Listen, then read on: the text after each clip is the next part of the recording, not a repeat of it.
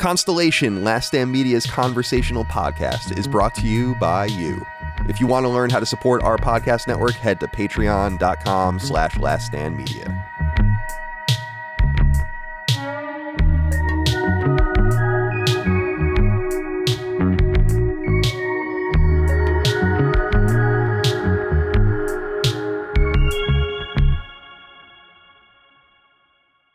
Greetings and salutations. Welcome back to Constellation, Last Stand Media's conversational podcast. My name is Colin Moriarty. I'm joined as always by my big brother, Dagan Moriarty. Dagan, how are you today, my friend? I think I have a shirt very similar to that, and it's good. It's looking quite good on you, if I do say so. I'm picturing myself wearing it. Yeah. Oh, you look lovely. How are you today, my friend? You. I'm good. You know what I just got done doing? I don't know if you guys have ever experienced this. I just got done with a video interview. You guys know about this? I've done one. You've done one, Dustin? For IGN.com. No. With Dustin Legary. Oh, so you've been there. Dustin. I love Dustin. Yeah. What? Yep. It didn't work out. But I got to that stage of the interview, so that was cool. Yeah. I thankfully have not had to do one. Yeah, it's not. Well, let me specify. It's not obvious. It wasn't an in-person interview. I'm not talking about a Zoom interview. I'm talking about video, recording yourself and sending it in. Oh, man. This was something that I've never experienced before. That's different. Yeah, it was weird. It's for an animation studio that I think would be really cool. I'm not going to say who it is. They sent an email. I applied for a job. They sent an email saying you've been selected for an interview, but it's a video interview. And when you're ready, you have a week to send it in. Here's the deadline. When you're ready, click on the link. We're going to do the video interview. And what it is it's subcontracted. It's like a secondhand company that they hire to do these video interviews. It's a text question, and then you have a certain allotted amount of time to answer it, right? That's pretty cool. So I'm like, I got this a few days ago. I'm going to do it Friday morning. It'll be quiet. As long as the dog's quiet, it's fine. About an hour before the interview, smoke detector starts going off. I'm like, that was close. That was really close, actually. Could you imagine, right?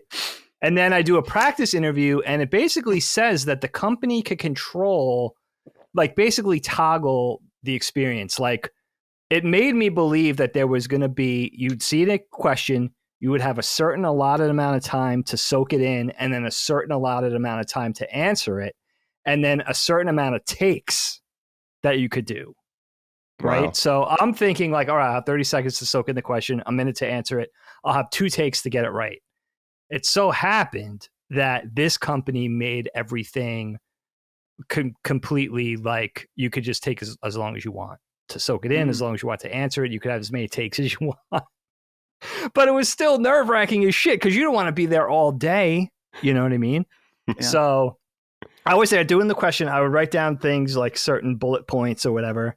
And then I had an unlimited time to answer and stuff like that. But it was, I'm exhausted. I just got done with it. Now I was like, I got a podcast for a couple hours now. I just did this thing. It's like, and I wonder how many people I'm going against, I don't know. It was like, crazy. I've never heard of this. I don't like that actually, because it seems like a little bit of a cattle call. Like at some point you gotta talk to people face to face and not waste their time. Yeah. Yeah, go ahead. Yeah. By the way, I'll just go into it right now. Ramon Narvaez, my best friend and musician of all of Last Stand's music, is here. What's up, Ramon? Oh, nothing much. It's really good to see you guys. It's good to be in the next room over from you right now. Yeah. In Virginia. It's really great to finally meet Dustin via video interview. Video interview recorded.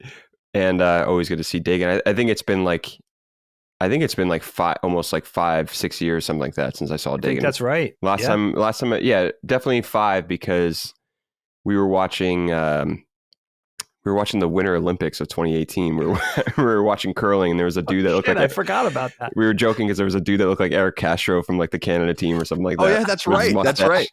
Yeah. Oh, anyway, sorry to interrupt that. I was going to say before that, when you were saying that there's like multiple people doing it, like I just got this vision of like someone sitting in an office with like a big screen, and there's like thousands of people, like thousands of videos, just like them screening, and they're just kind of like Maybe it's like Colin in Matrix 2. It's a little scary. Yeah, dude, that's what I was going to say. Like the Matrix, where they've got all the screens. Shit. Yeah. I was going to say dystopia. I didn't want to I don't want to go too dark. It's pretty dark. I read a lot of subreddits because I think they're funny. And one of the subreddits I read a lot is anti-work. I don't know if anyone reads that one, r/anti-work. Yeah, it's hysterical. It's a good one. And it's just about, it's not always funny. It's actually kind of sad sometimes. It's about, labor practices and people's weird experiences at work and all the rest. And I just see what people go through with interviews and like how much time is wasted with them. And I try to be really cognizant of that. A lot of people ask me for jobs, like lots and lots and lots of people. And I really am upfront, like, we're not hiring. No offense. I just don't even want you to think that you should waste your time right now with this. Like, we're not hiring. Because I think a lot of people just don't give a shit. They'll just be like, yeah, apply and send your cover letter and do this and that. And then they just, I know what it was like at IGN. We would have a thing, printouts this high. They would look at 5 of them and get rid of them. It's like, what are you going to do? And like, what would you even do with all that information anyway? And plus just a lot of nepotism. Yeah. And sure. Absolutely. I'm a hardcore nepotist. I don't care. Give a shit. Dustin Furman, we haven't heard from you yet, executive producer. How are you today, my friend? I'm doing much better now. I was telling Dagan while we were getting everybody set up that it was one of those days where I woke up and I just had a headache for no discernible reason. I think that maybe I was watching a show with Holly last night, and I remember pushing myself up, and I like pushed against my neck slightly. I was like, nice. This is just like the rest of my life probably now. It's just like you might sit up from the couch weird when you're watching anime, and then you have a headache that ruins your next morning. You never know what's going to happen, and it sure as shit is not going to get better from here on out. So, but I've recovered. I don't know if it was coffee or ibuprofen or both, but I'm feeling very good, very energized. And 2 weeks in a row, Colin, that you have me on. What's going on with this? Yeah, I don't know. I'm just feeling lazy, I guess. Welcome back. Fair enough. No, you're great on the show. People love this trio plus one, and we're thrilled to have Ramon here. It's great to see him. He came in last night, and he'll be here for the next few days, and so we're going to be hanging out. This will go live after the Super Bowl, but we're going to be together for the Super Bowl, going to Uncle Mike's for the Super Bowl party. It's like going to be a meeting of LSM personality cults getting together, like Uncle Mike, because Uncle Mike also has a personality cult. We just all drift there. Yeah, exactly. It's very magnetic, natural. And so, so he's here for a few days, and I knew I had to have him on the show. I also know, and I'll tease it now, we're going to do a Sacred Symbols Plus episode about Ramon's rediscovery of video games, because Ramon grew up a gamer like us, and we even used to play games quite often in college, more sports games than anything else, like FIFA and Madden, but he kind of fell off. And when he was here last, I just gave him my Switch because I wasn't playing it. I don't want this, as we call it, the stinky Switch. I don't need this thing in my life. And so I gave it to... How dare you? So I gave it to Ramon, and I was really hoping for the best, because you kind of expose some people to things and they take it, but probably not. He's really hook, line, and sinker gotten into it. And so we're going to do an episode all about that on Sacred Symbols Plus as well. So that will go live in the coming weeks. But in the meantime, we'll have a looser, less definitive conversation here. It's good to be with you boys. And thank you all out there for your love, kindness, and support of all things Last Stand and Constellation. We're glad that the shows are resonating with you. More than 12,000 of you on Patreon. Couldn't do without you. Early ad-free access, patreon.com/laststandmedia and laststandmedia.store for merch shipped right from this house that I'm sitting in right now by Micah's own hands. She's got both hands. Damn. Let me tell you real quick, speaking of life and limb, we were driving. We have very New England like roads here, and we all are and actually it's very much like Western Pennsylvania too. So we're all familiar with what I'm talking about, the windy, wooded paths and all that. And straight up, we were coming back from Mom's on Monday, on Allie's birthday, our sister's birthday, and we were on one of those windy roads, and a car almost hit Micah, like just came around a corner and literally almost hit us. My God. I got her one of those cameras, like a dash cam, just to be safe and all of that. And maybe we would get some comedy out of it too. I mean, there's so much comedy. You're going to get comedy on dash cams. So who knows what it might capture? But I was thinking about how close of a call that was, and I just wanted to throw that out there. It was a very interesting experience because it was scary. And she's a great driver. I told her, actually, our dad complimented her driving, and I'm like, that's a big deal. Oh, that's a huge deal. I don't think he's ever complimented my driving. That's a big deal. Remember, dad once had a pickup truck in Queens with no brakes. No brakes. And got it all the way back. No brakes. 40 miles. All the way back to our house. That's straight up. Just clutch. Love it. Dude, that's great. Kyle, that expanse of road that you're talking about makes me nervous. I'm a wheelman. Look, the roads don't make me nervous. I'm going to brag. I'm a wheelman for sure. That They road start makes me playing that nervous. Kavinsky song in the background. Night Call? You mean the one that I play daily in my car? Yeah. Oh, I love that. Yeah. You pretend you're the driver. That's from Drive. Ryan Gosling, baby. Come on. Yeah. Great movie. Great stuff. But yeah, that road makes me nervous. So I'm glad everything's all right. That's a hairy road. It is. It's a little hairy and it's a little seedy. And I was bringing that up for a reason, but I don't remember why. Here's probably why, is because 2 days ago, I was explaining something on the Discord. Well, we even have to rewind a little bit more than 2 days. I have medical marijuana. It keeps me calm. It helps me sleep, all that. But I'm smoking a little too much flower, and I want to kind of try to back it up a little bit. So I went and bought a Roar bong online. I haven't had a bong since college.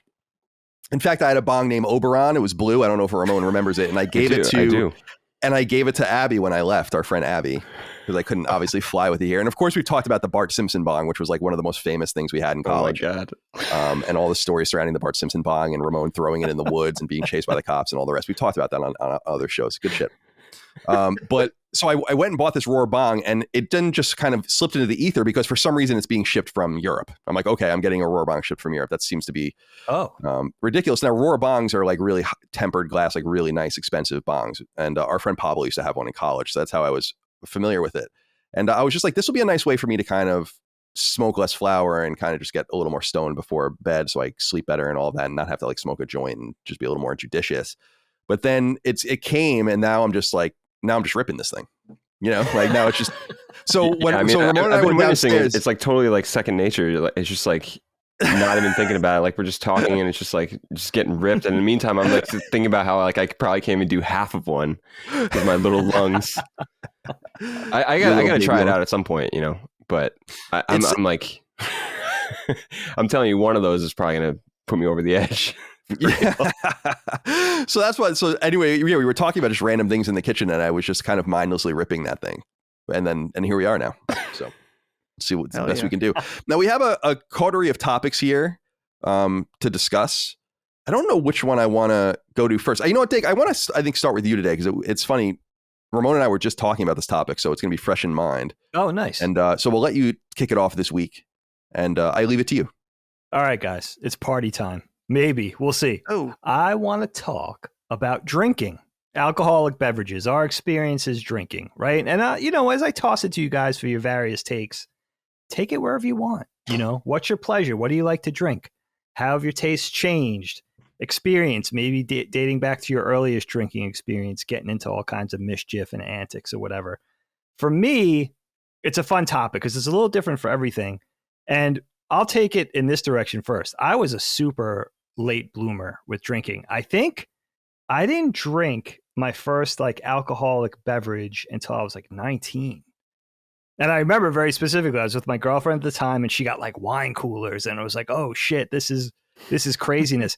I don't know how I avoided drinking up to that point. I guess I just wasn't interested because I remember dating back to like 7th grade. You have the illicit basement keg parties with the red Solo cups and stuff. I just never partook for whatever reason. 7th grade. 7th grade that started. I remember that really specifically. It was always the kids with the finished basements that the parents just weren't around. Like they would go off on vacation and leave the kids. Usually those kids had older siblings. That was usually the key. Yeah. Because they could leave the 7th graders behind if they had an 18-year-old, type of thing. And then the older teenage siblings would just let them get into whatever kind of shit they wanted to get into. Like they were basically unsupervised, right? It was like glorified supervision or whatever. But yeah, for some reason, I just always sidestepped it. But I don't remember ever really being drunk until maybe my early 20s. And that kind of dovetailed with me starting to smoke cigarettes or whatever. But my biggest drinking memory probably was like a decade's worth of just like tomfoolery. Like I would say from the mid 20s through my mid 30s, working in New York and going out to drink after work.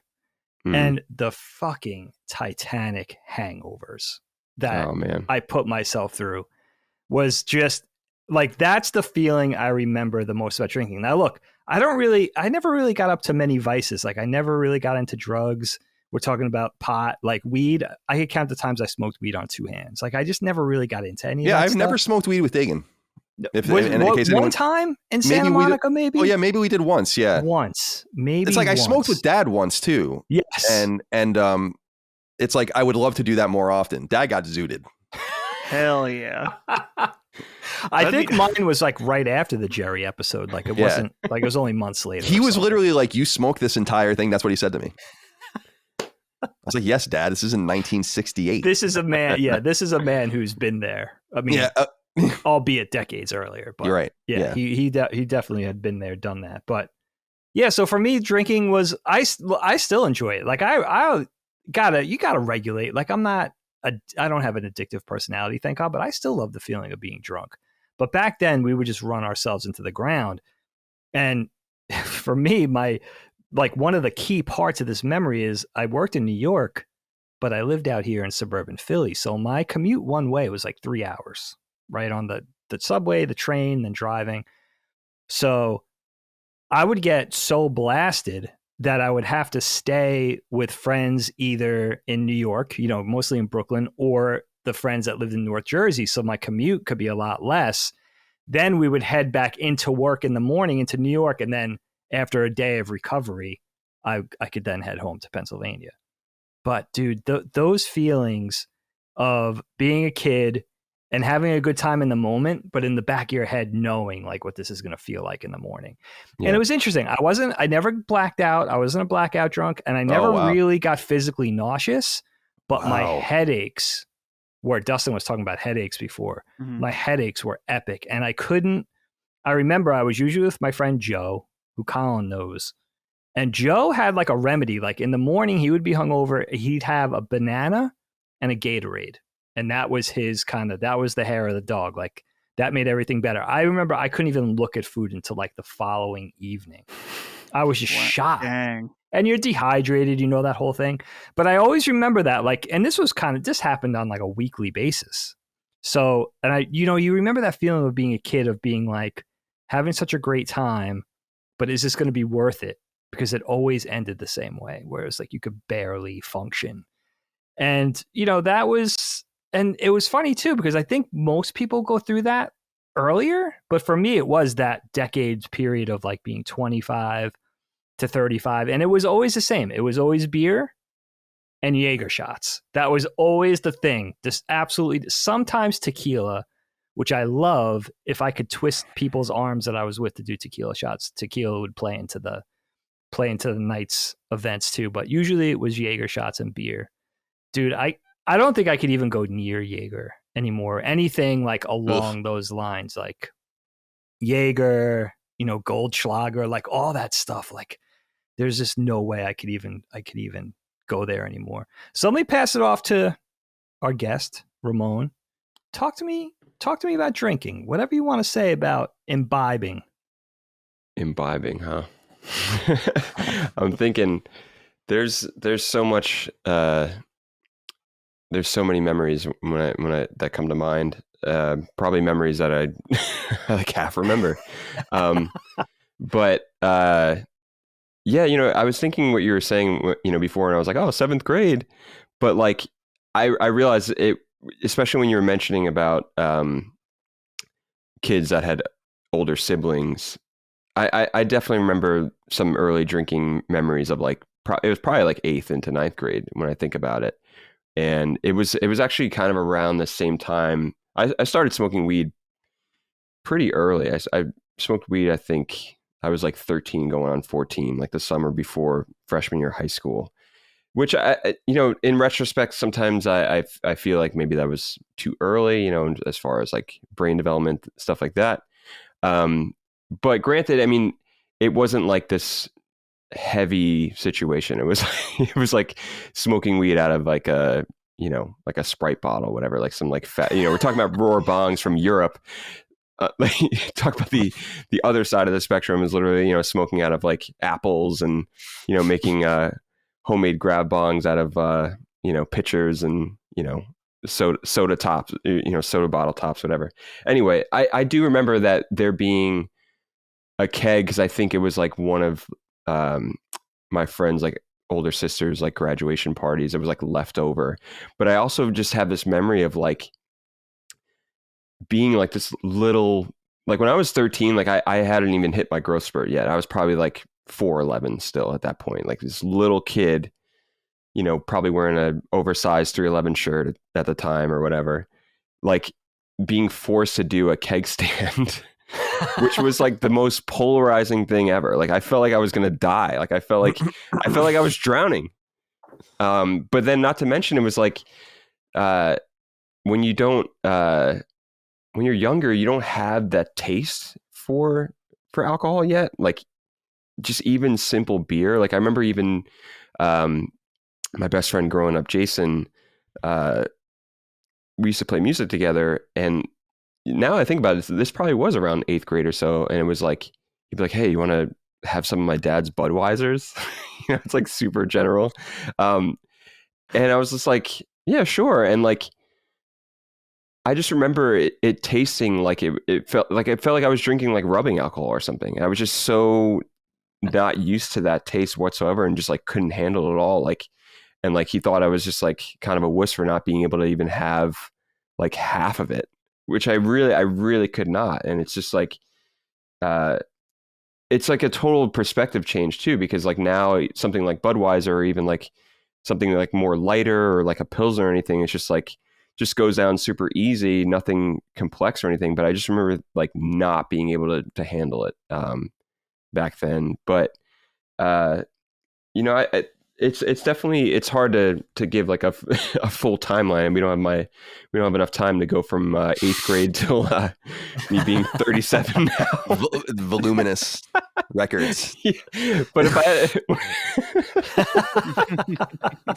what do you like to drink now? Like what you go out for a drink now? What do you get into? What do you beer guy? You like the hard liquor, cocktails? What do you like? Yeah, I think it's a mix of a lot of stuff. I mean, I haven't really been going out much, you know, in the last 3 years because of, you know, COVID and even before, just like also saving money. Like there was definitely a period of time when I worked in the restaurant business and I tried my best to like not fall into the going out with everyone all the time. But that was, you know, earlier in my 20s, that was definitely what would happen. It was just like, right after the shift, even after like a lunch shift, like going out for beers, going out for drinks. And but like there was a period of time where I wasn't really doing that as much because I was just like really trying to save money. I was living in Brooklyn. It was pretty expensive. And, you know, even kind of now, like I tend to drink more at home. But to answer your question, I definitely, you know, I still enjoy just like having a really great beer, like different types of beer. I go through phases. Lately I've really been into hazy IPAs, but right before that it was sours. I love a really good Pilsner. But the thing is too, like, living in California and even living in Jersey right before that, I mean, there's definitely so many great breweries out there. I like tend to lose track. Like, so there's like no like specific type of beer that I have to have. I'm always like pretty much up for trying whatever, like, you know, anywhere I go.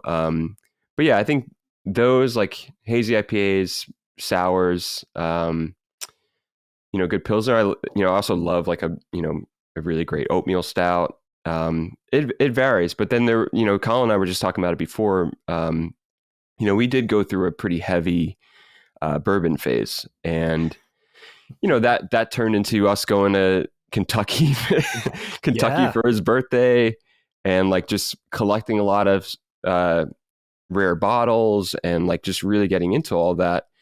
But we were talking about it before too, where like, although it was cool to have this collection, but you realize like in retrospect, we're like, wow, like we ultimately drank through the collection eventually.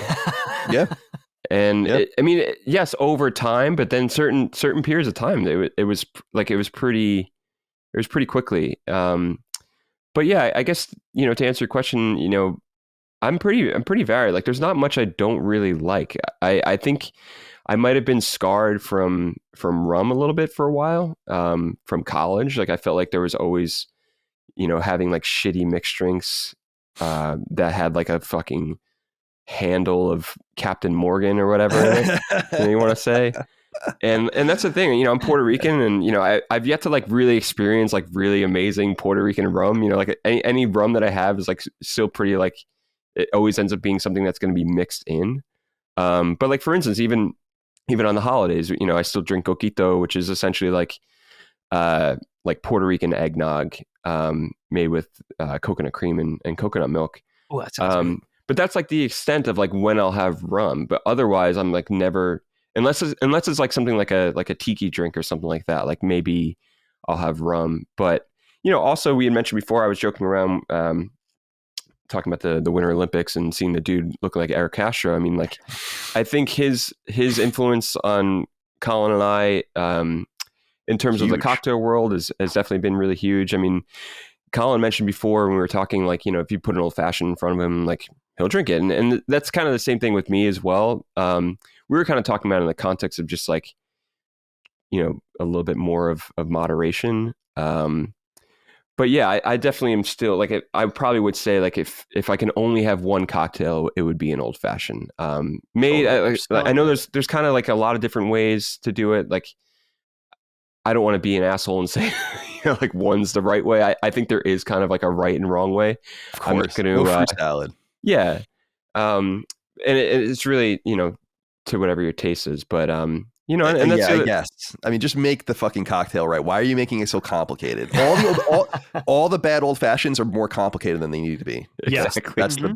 That's what's fucked up about it. But yeah, I think there was definitely even so with experiencing some like the really great cocktail bars that I've been to, it actually all is kind of starting to blur together to me. And that's not necessarily because of the alcohol element of it. It's just like, just over time, it's just hard for me to keep track of all of it. But there's definitely all these different phases, where like that kind of, and especially also because of working in some of the places that I've worked over the years, like some were actually pretty like heavily cocktail oriented. So like you start expanding your knowledge to other spirits that maybe you wouldn't necessarily drink on their own, that all kind of like work together to form balanced cocktails, stuff like that.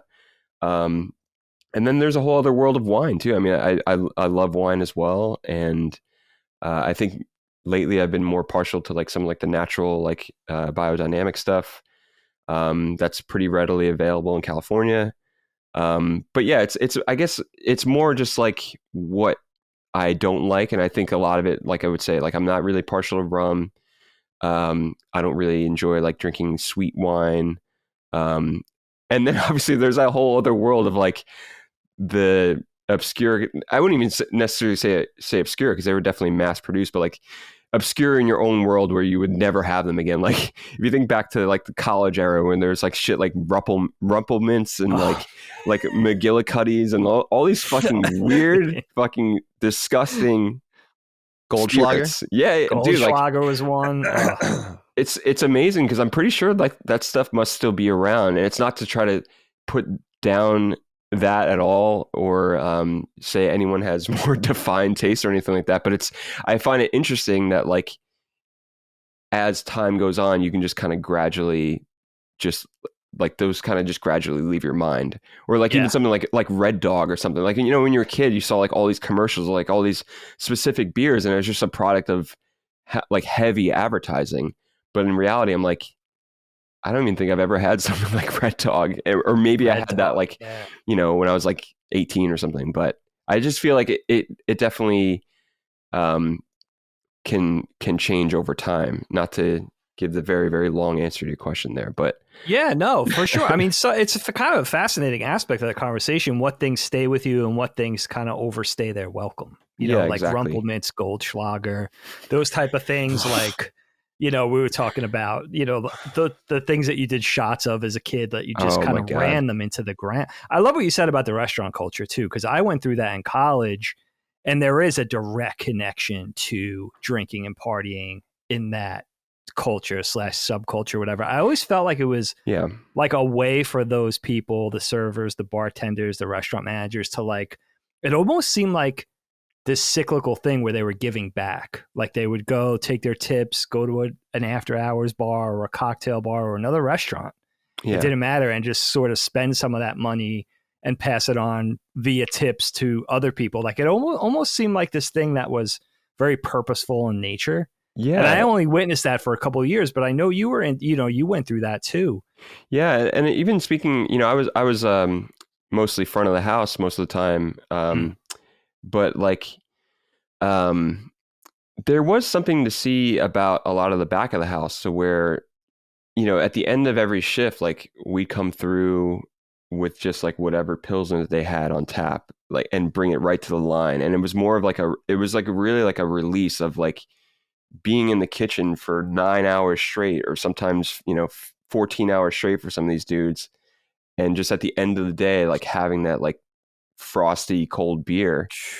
And it's definitely a release. And like, obviously that's, not to promote a drinking habit or anything like that, but it's just something that is just so satisfying after that day. And I don't even know what that, like, I don't even know what it's like to be on the line and like have that beer. Like I would have that beer after, running around for fucking 9 hours myself. And I guess there's still a lot of physical activity involved, and there's just this kind of like satisfying nature to that. But then, because it's funny, I remember like my old boss, like he had like a very strict, like, you guys get one shift drink and you got to go somewhere else, and it was more so like we wouldn't necessarily like hang around forever, which I feel like there's like, that can go either way. Like I think I used to like the places where I'd be able to kind of sit down and drink and like, hang out with the regulars, stuff like that after. But yeah, it gets to a point though where, like I was saying before, where you do have to decide, like, yeah, can I really continue on this way with this kind of lifestyle? And like I was saying before, like when I was definitely in the last few years, prior to when I stopped, it was just like, I knew that if I engaged in that, it would turn into me coming home at like 5 a.m. every night, which I definitely, I couldn't do. So Dustin, where are you at on this? We haven't heard from you yet on the topic of drinking. Any thread you'd like to pull? Well, my relationship with drinking, I feel like, is really, I guess it's not that complicated, but it feels a lot more complicated in that since I started, or when I started actually having drinks, which I was not like you guys at all. I was a goody two shoes. I did not really drink until I turned 21 at all. But it became pretty apparent right off the bat that my body just does not respond the same way other people's do to drinking. In that there were times when I was having like, I don't know, 2 or 3 drinks and not even really maybe feeling a little buzzed. And then I would have like a hangover the next day from it. Like, this is not normal. But other times, depending on what I drank, sometimes I could drink more than that and be totally fine. So it was always this feeling of, okay, rolling the dice. Am I going to feel terrible? It doesn't really matter how much I drink or how little, because sometimes it's going to be fine and other times it won't be.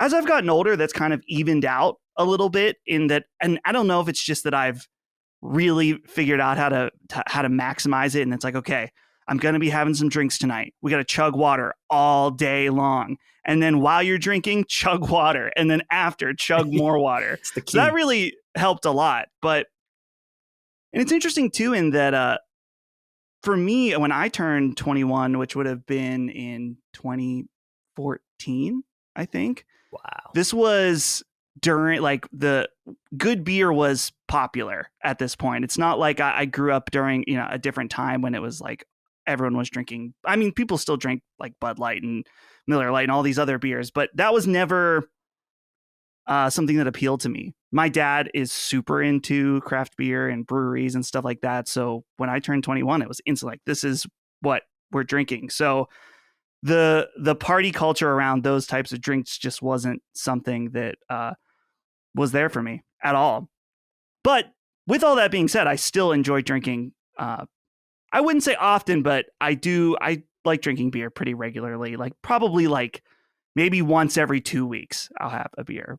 But I got to say, you guys were talking about cocktails, and one of the interesting aspects for me, and I know the audience might know this, but I was a bartender at a cocktail bar for 2 or 3 years. And this was Ben's old establishment, the Speakeasy, which is we had our after party there for the first Last Stand event. And that place was really cool because, you guys were mentioning about doing an old fashioned the right way. And you did them the right way there. Yes. Yeah. Absolutely. Yep. And that was, dude, the coolest thing about that bar. So it was in the basement of this building and you could smoke inside. There was a full humidor where you could get cigars.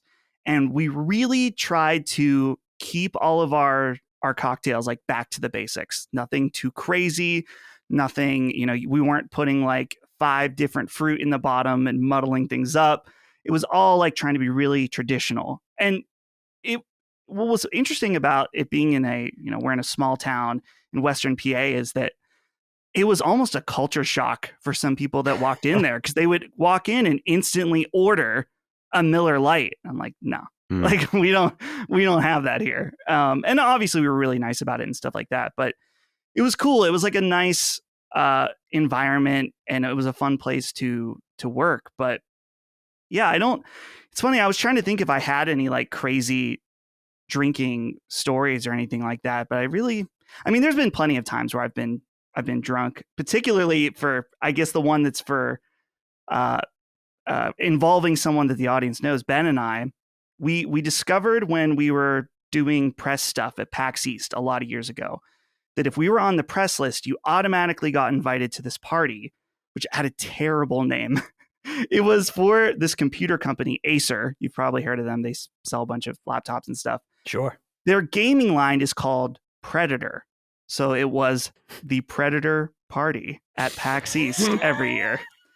Now, it is funny, but here's the thing. If you're on the press list, you get in an hour early and you get some swag or whatever. So the first year we went, they let us in and they're like, hey, the VIP, it's for 1 hour. The bar is open, whatever you guys want. We're like, sick. So we all proceeded to have like 6 drinks in 1 hour because we thought we got to load up now so we can just ride out the rest of the night and not have to buy very many drinks. So we were pretty lit within the first hour. And then when the VIP hour ended, they said, okay, VIPs, you can head upstairs. There's still open bar upstairs if you guys like. But we're opening this to the rest of the floor. So we realized then we had open bar for the rest of the night.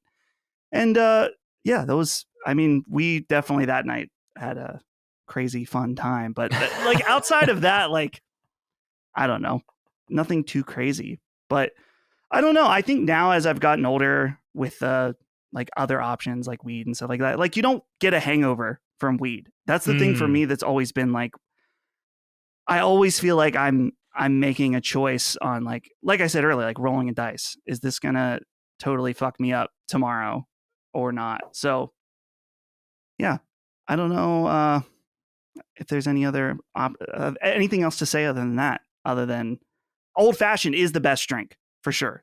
The best cocktail without a doubt. I learned that from Colin. They weren't muddling fucking oranges and cherries in Philadelphia in 1790. Lucky you got anything but a glass of bourbon when you order an old fashioned. Yeah, seriously, yeah.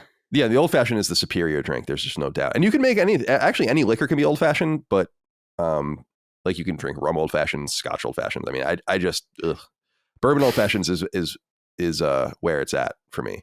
I was writing a lot of notes when you guys were talking because there's so much to say. And what I think I decided to do was to talk about a couple of categories, but also categorize my own life into 5 eras where the drinking was all different as well. And I think that through that, these different things will come in. So I started drinking in high school for sure, mostly through peer pressure. And I'm surprised these didn't come up because this was an experience for people around me, but my entry into drinking was malt liquor. Like I remember being in 8th grade, 9th grade, 10th grade and getting Mike's Hard Lemonade or Zima style shit. And because it was just, and what's fucked up about that and what you don't really understand is that there's way more liquor in those or alcohol and you're drinking them because they go down easier. But my friend Corey lived in this awesome house in Yaphank on Long Island, and Yaphank also is where during World War II, a Nazi U-boat landed and a bunch of Nazi spies were forgot about arrested. If you guys ever want to read about that, it's pretty interesting. It's a pretty interesting story. But like they were trying to infiltrate the United States from that part of Long Island.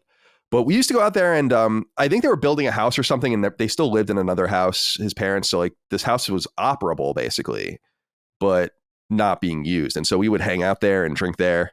And I have a lot of memories. And I used to get shit faced on Mike's Hard Lemonade once in a while. Also Natty Ice and 40s culture. I mean, what's so crazy is that I was probably more hardcore when I was a senior in high school with the shit that was being shoved down my throat by people around me than 10 years later when I'm in a cocktail bar, drinking all this nonsense. And it's hysterical. It's like when we were 18, 19, 20, like just smoking blunts all day. It's like, that's a young man's game. I can't be operating on that level, And so I think about those high school days, but I really had it, in my opinion, under control.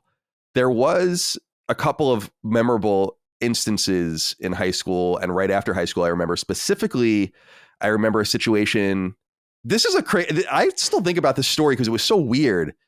I had a friend, Brian, who's actually a cop now, and this whole group of friends, and they lived in New York City, and I think like maybe after freshman year in college, I went home, and long story short, I got fucking hammered at this guy's apartment, and just had the worst day or day and a half ever after that. I remember it so well, like trying to trudge back to Long Island. I actually remember just straight up telling Dad, like, Dad, I am fucking shot, dude. Like on the phone, like, I'm just telling you now that this is what happened and don't be mad and all that. And so I really recall that. And that was an eye-opening situation to kind of just be a little bit more mindful. Like it's funny how much I remember that day considering how fucked up I was. There was a drunk trip to Subway.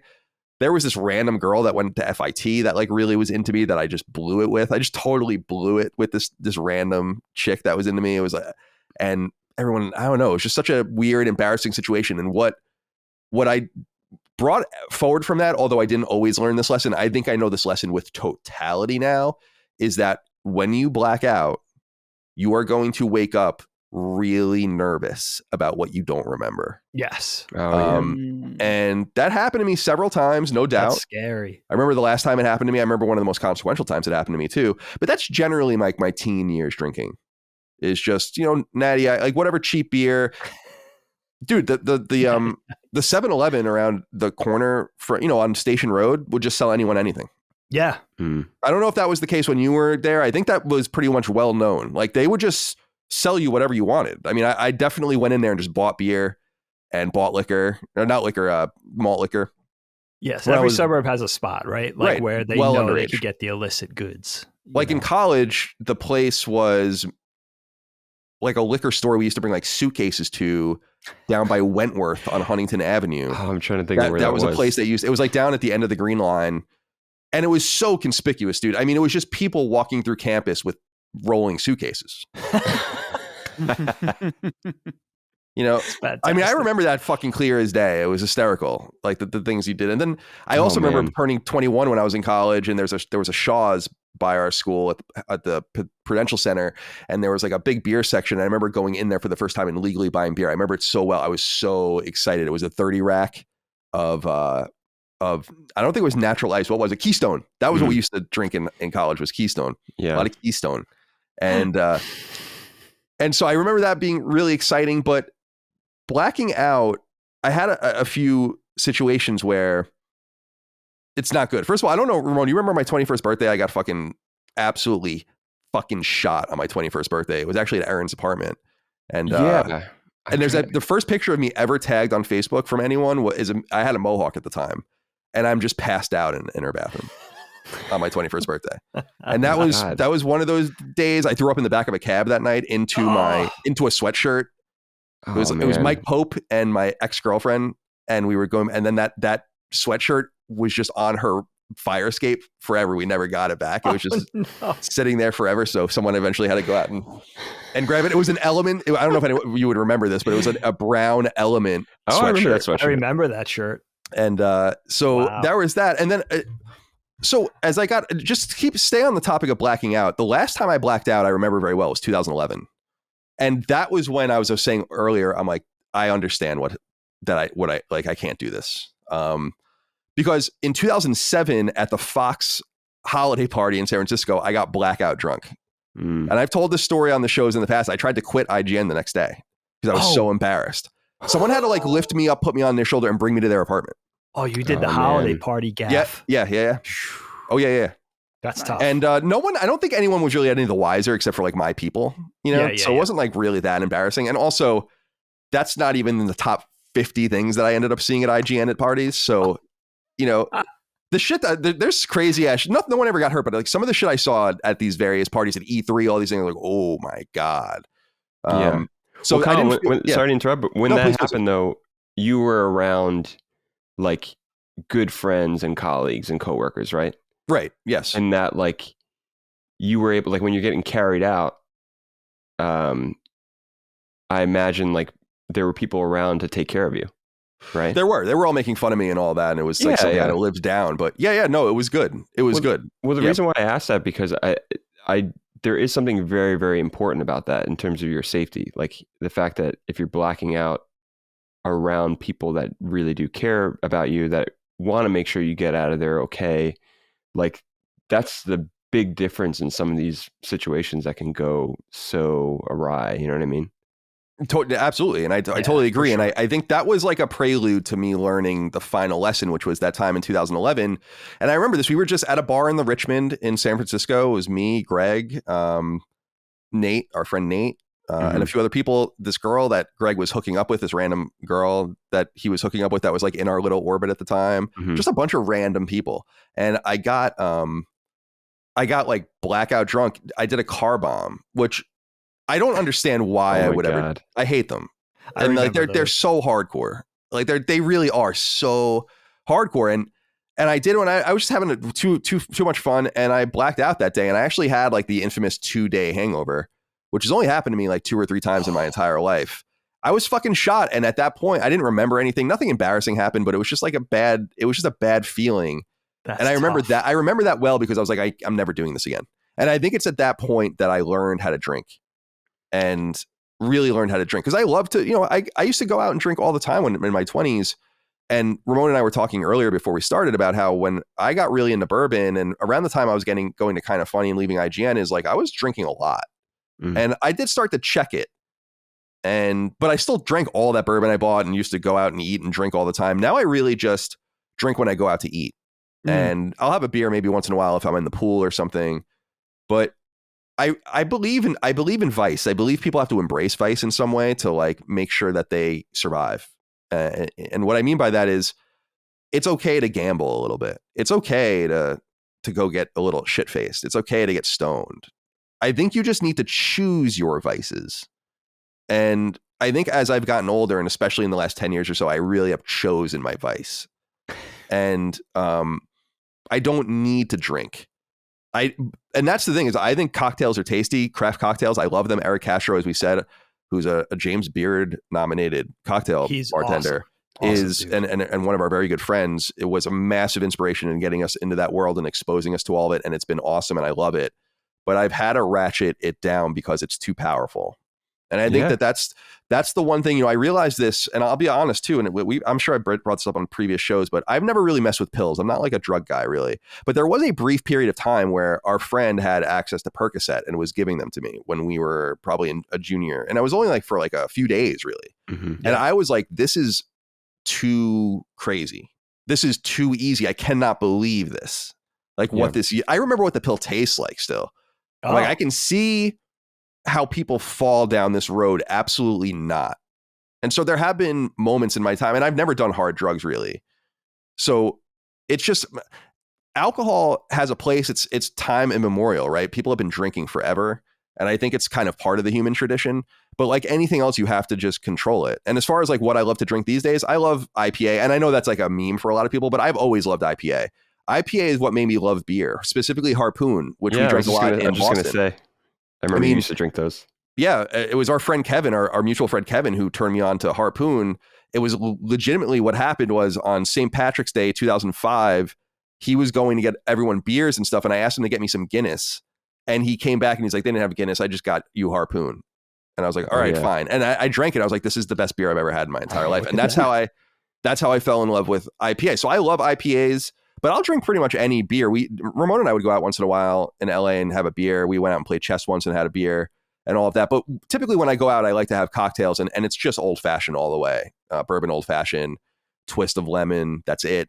Very simple. And I'll down those forever. And then an Irish coffee with dessert. If I'm out to dinner, I'll definitely have that too. A little bit of whipped cream on the top. Delicious. Delicious. Love it. Don love it. Draper. Look, You if ever you put a guys little don't bit mind. of buka in yours? Oh, dude.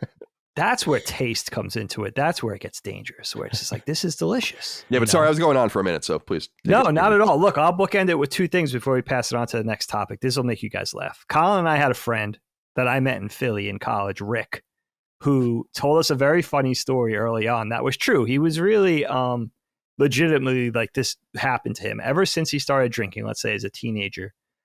As a result of drinking too much and getting drunk, he would crap his pants at least once a year. So as he's telling the story, he's like, I crap my pants via drinking at least once a year since 1986. And that was his contention. And it was a genuine thing. He was like, I seriously have. Sometimes it was multiple, but at least I've marked every year with a shit in my pants via, getting too drunk. And then Colin might have been there for this story, because I never really got up to too much mischief. I just felt terrible the next day. It was those devastating hangovers. But I had a great friend that I grew up with on Long Island that also went to school with me in Philly, and we were roommates.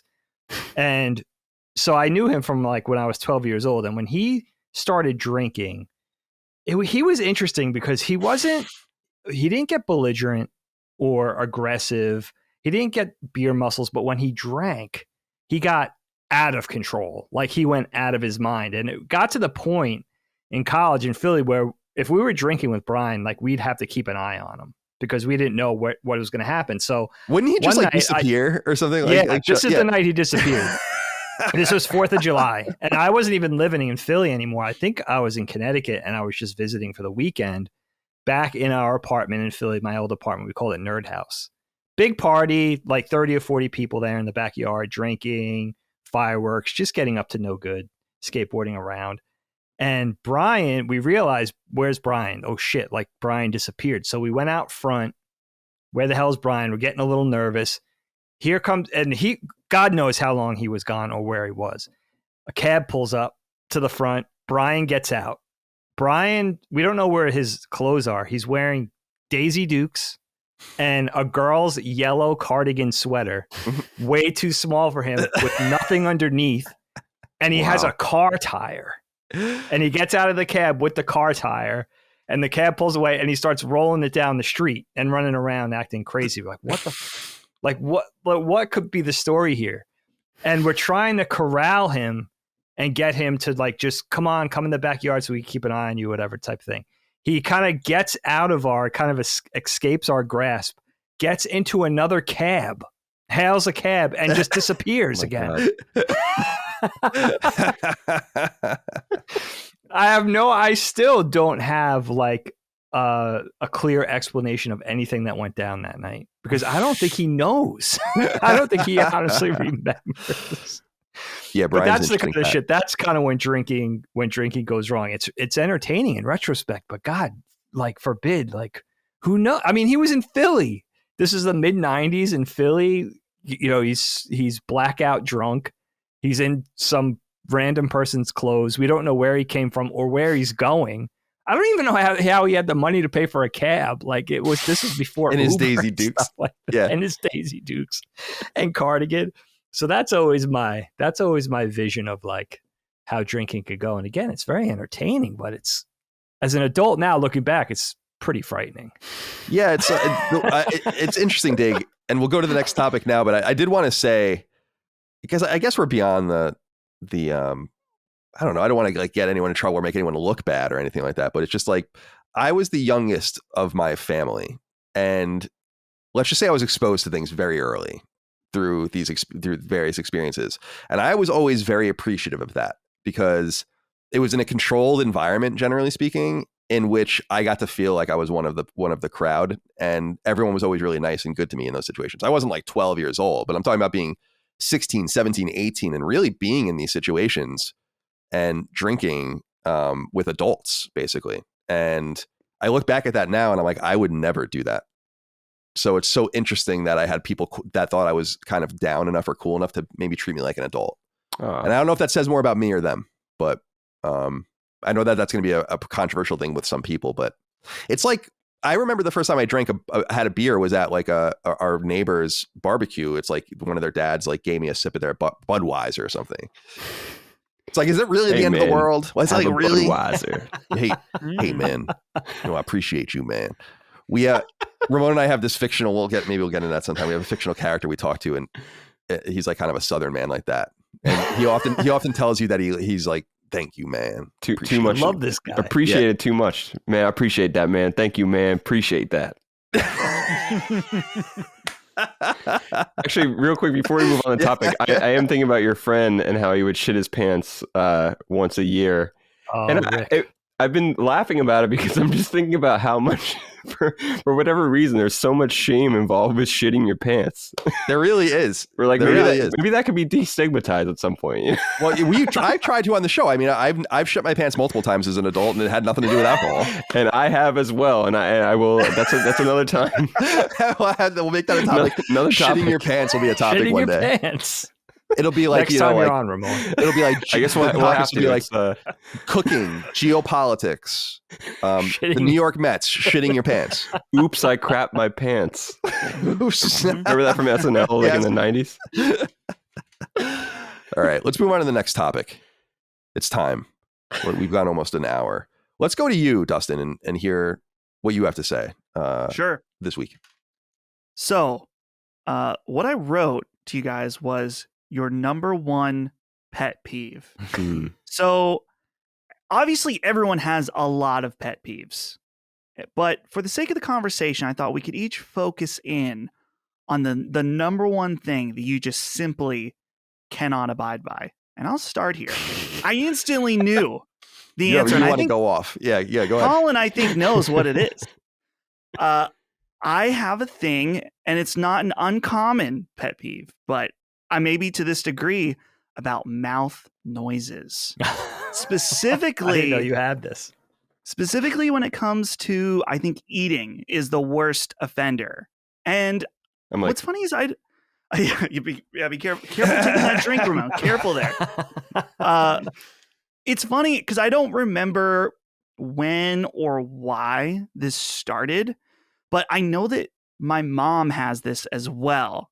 And Papa, I love you, but tendency to be a bit of a loud eater. I'm not saying he's eating with his mouth fully open or anything like that, but I remember times when we would be sitting and eating dinner and my mom was like, we got to put on some music or something in order to try to drown some of that out. And I don't know if it was just like, if this was a learned thing from my mom that I started to develop this thing where, and I think there is a specific like medical term, like this has been studied as an official thing that people have where they get enraged. Misophonia. From hearing. Yeah, that's it. What is it called? Misophonia, I think. MISOPHONIA.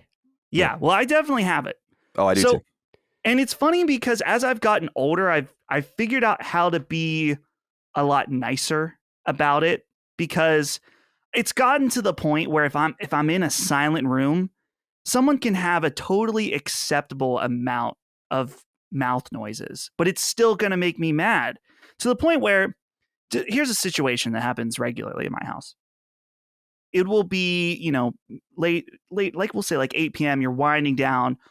Holly and I will sit on the couch, get ready to watch a show or something like that. And Holly will sit down with like some ice cream or something. And she knows now because she's figured it out. I'm like, you can't sit right beside me and eat that. You just can't. And so it started where at first I wouldn't say anything. I wouldn't say anything because I'm like, she doesn't understand. People don't have this, don't understand. So I would just I would get up and I would go sit on the other couch just for a little bit. Just be like, it's okay. It's a me problem. It's not a you problem. But yeah. And it's funny too, because Colin and I think we used to joke that when I was editing audio podcasts, it's what made me good at the job, is that I could go in and eliminate all the different mouth noises. Like you that knew what heard I people- was talking about because I would do it Yes. too. Yeah. Yes, exactly. I mean, it's hard when you're on the mic. You know, you're gonna make mouth noises no matter what. Everyone makes it's mouth not that noises. hard. There are some people where I'm like, what are you doing? Gotta stay hydrated. Yeah. It's not even that. It's like, how do you not know? I'm always confused. Like, how do you not know that you're making those noises? Yeah. Like you're not Yeah, cognizant. yeah. They are. Oh, see. Now, I've noticed Really? some interesting things about this in that there are exceptions. For example, when our little dog Frisk, when she's chewing or crunching on something, it's adorable. No problem. No problem Totally. with a dog mouth noise. Totally. Do you agree with that? 100%. See, there's something I'm like when I see They don't her, know any better. They don't know better. Yeah. but this was probably in the last year or two. I was at Ben's house. One of his little kids was chewing something. It was just full. And it's not that he wasn't, he has bad manners. He's just a little kid. He doesn't know. He's just like totally chewing and smacking on something. I'm like, Ben, I'm about to and you gotta yeet put some your music kid. on, man. Yeah, Ben, put something. I got Something. But I it's totally funny. get It's weird in that it does elicit this internal rage that I just can't describe, and I feel bad about it sometimes. Me but too. That's my absolute number one pet peeve. So I'm curious if you guys have more reasonable pet peeves than me, or if they are just as ridiculous. Well, But let me Colin, spin- sounds like yours is the same as mine. Yeah, let me spin off. I have this. I have a similar one, but I'm going to spin it off in a very specific way. But I want to say, I don't understand how some people are eating so loud out there. Yeah. When I was at IGN, I sat next to a person for a little while who was so loud that I couldn't fucking believe it. Where I'm like, how did you? I couldn't even be at the desk. I couldn't go out to lunch with this person. Where it's like, how did you get here without someone being like, you need to check yourself in some major way? But that's the thing is, it's not annoying. It makes me mad. And that's what you were saying. Like, I don't know why that's what triggers in my mind. And I think it is because I know I'm not doing it. Like, I damn well know I don't sound like that. So when I eat. this person, yeah. Colin, I have to ask because I had a person in my life at one point that Yeah. was like this, that they could take a bite and then you're sitting there and 30 seconds later they fully have swallowed. It's gone. It's done. But the smacking lingers. Yeah, It's like see, a little. Yeah, and this person was a smacker. Like even just loud chewing with your mouth closed is Tough. I just don't get it. And so like when we eat here, I just turn the TV on because I'm like, and Mike understands that. It's like, it's not personal. It's like, I'm not doing that, So I totally understand that. But I've also been with people that are like more demure eaters, like more like quiet eaters. And so like there's a whole gamut of people I've known in my life that some are like loud eaters and some are quiet, and then some are somewhere in between. The loudest person that actually I ever knew who like the loudest eater was when my mom and my dad got divorced. She dated a guy for years that was Andy. His name was. That he's a complete prick. But Loud eater. Mega loud eater where I wanted to fucking I'm convinced all moms' new boyfriends are loud eaters. yeah oh Sounds about right. I see I'm pretty sure my mom's partner is a pretty loud eater. Now that I think about it. I won't say his name, never mind. Yeah. But shout out to him. But yeah, but you know what it reminds me of is going all the way back with mom and dad, who are both loud swallowers. And that's a whole nother thing where I'm like, Yep. what are you doing to swallow that loud? Like where I want to almost understand. I'm like, do you don't have to force it down. Like it just has to go down. Let gravity do the work. Right. And like, so dad will take a sip of coffee and then you'll hear it on the other side of the house when he's not sipping it loud. He's not going in his mouth loudly, just going down the gullet.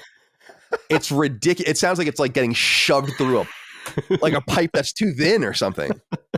It's like a cartoon where you see like the pipe bursting as something goes down, But here's the thing. Here's where I'll leave it. My pet peeve, because I have a very specific pet peeve. Yeah. Gum. Ooh. I can't handle it. I don't want to be around anyone chewing it. It's annoying and obnoxious. It's obnoxious for multiple reasons. Like, I know it smells good in theory, but I don't want to smell what's in your mouth. I think that's weird. It's kind of disgusting when you think about it. I really it's like where we're going. And so like gum has always grossed me out. Gum wrappers, gum itself. It's like gross. You chewing it like a fucking, like it's cud, you know, it's so gross. I fucking hate it. And so you were talking about pet peeves. It's like, yeah, I have misophonia. A lot of people do. I mean, I think the internet has let us all know that there's just plenty of us out there that are just like, everyone just eat like a fucking human being. Please stop putting us in this position, you know? But then there's the gum thing where I'm like, I literally, that would be a deal breaker with me if like for a woman in like a relationship, for instance, like, no way. If this is like a part of your life, can't even fathom it. You know? So dude, I remember in high school, you'd be like working on like a class is like finishing up. It's quiet in the room and you hear the one person chewing gum in the class. Like it was everywhere in high school. If you could chew gum, like, yeah. Well, and some people are better at it than others, Colin. I think about the gum thing. Like some people are just natural, like open mouth gum chewers, which I just can't believe that they get by that way as well. Just, it's incredible. Honestly, it's just gross. It's just gross. It's like, you're just chewing on this. I don't know what the fuck's going on. Violet Beauregard type shit. Right. It's just, that's what I love. I mean, that's one of my favorite movies of all time. And that's like, they totally nail her in that. It's hysterical. The fucking Oompa Loompa stunt on her is so bad, you know, with a compelling ditty. Ramon, what do you have to say about this? You know, I realized I didn't realize like I have like combined both of those pet peeves where when I was a kid, my sister Teresa, who's only 4 years older than me, there was a period where we were both living with my mom and she would chew gum with her mouth open. And I was just like, always like, Mom, Teresa's chewing like a cow again. And like, I remember like we had to take a 4-hour trip to my brother graduated from college in Springfield, Mass. And we had to take a trip with my grandfather and my mom and my sister in the back seat. And the entire time it was just like chewing gum. And like, I kept saying she's chewing like a cow to the point where like my grandfather just finally was just like, shut up back there. Like, but that just comes to mind where like, I think like when we were kids, like, I don't know, maybe at the time, like, I feel like there was so much like gum marketing, you know, like Juicy Fruit and like Big Red and whatever other, like, you know, Trident and Double Mint and all this stuff.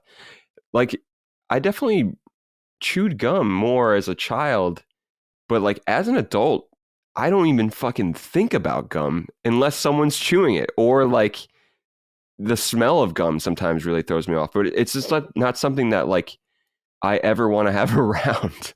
Where like maybe like I can't even tell you the last time. Like maybe the last time I chewed gum was like when I had a Tootsie Roll Pop or something, or no, not Tootsie Roll Pop, or Blow Pop or whatever. And it was just like I probably chewed it for like 10 seconds and spit it out.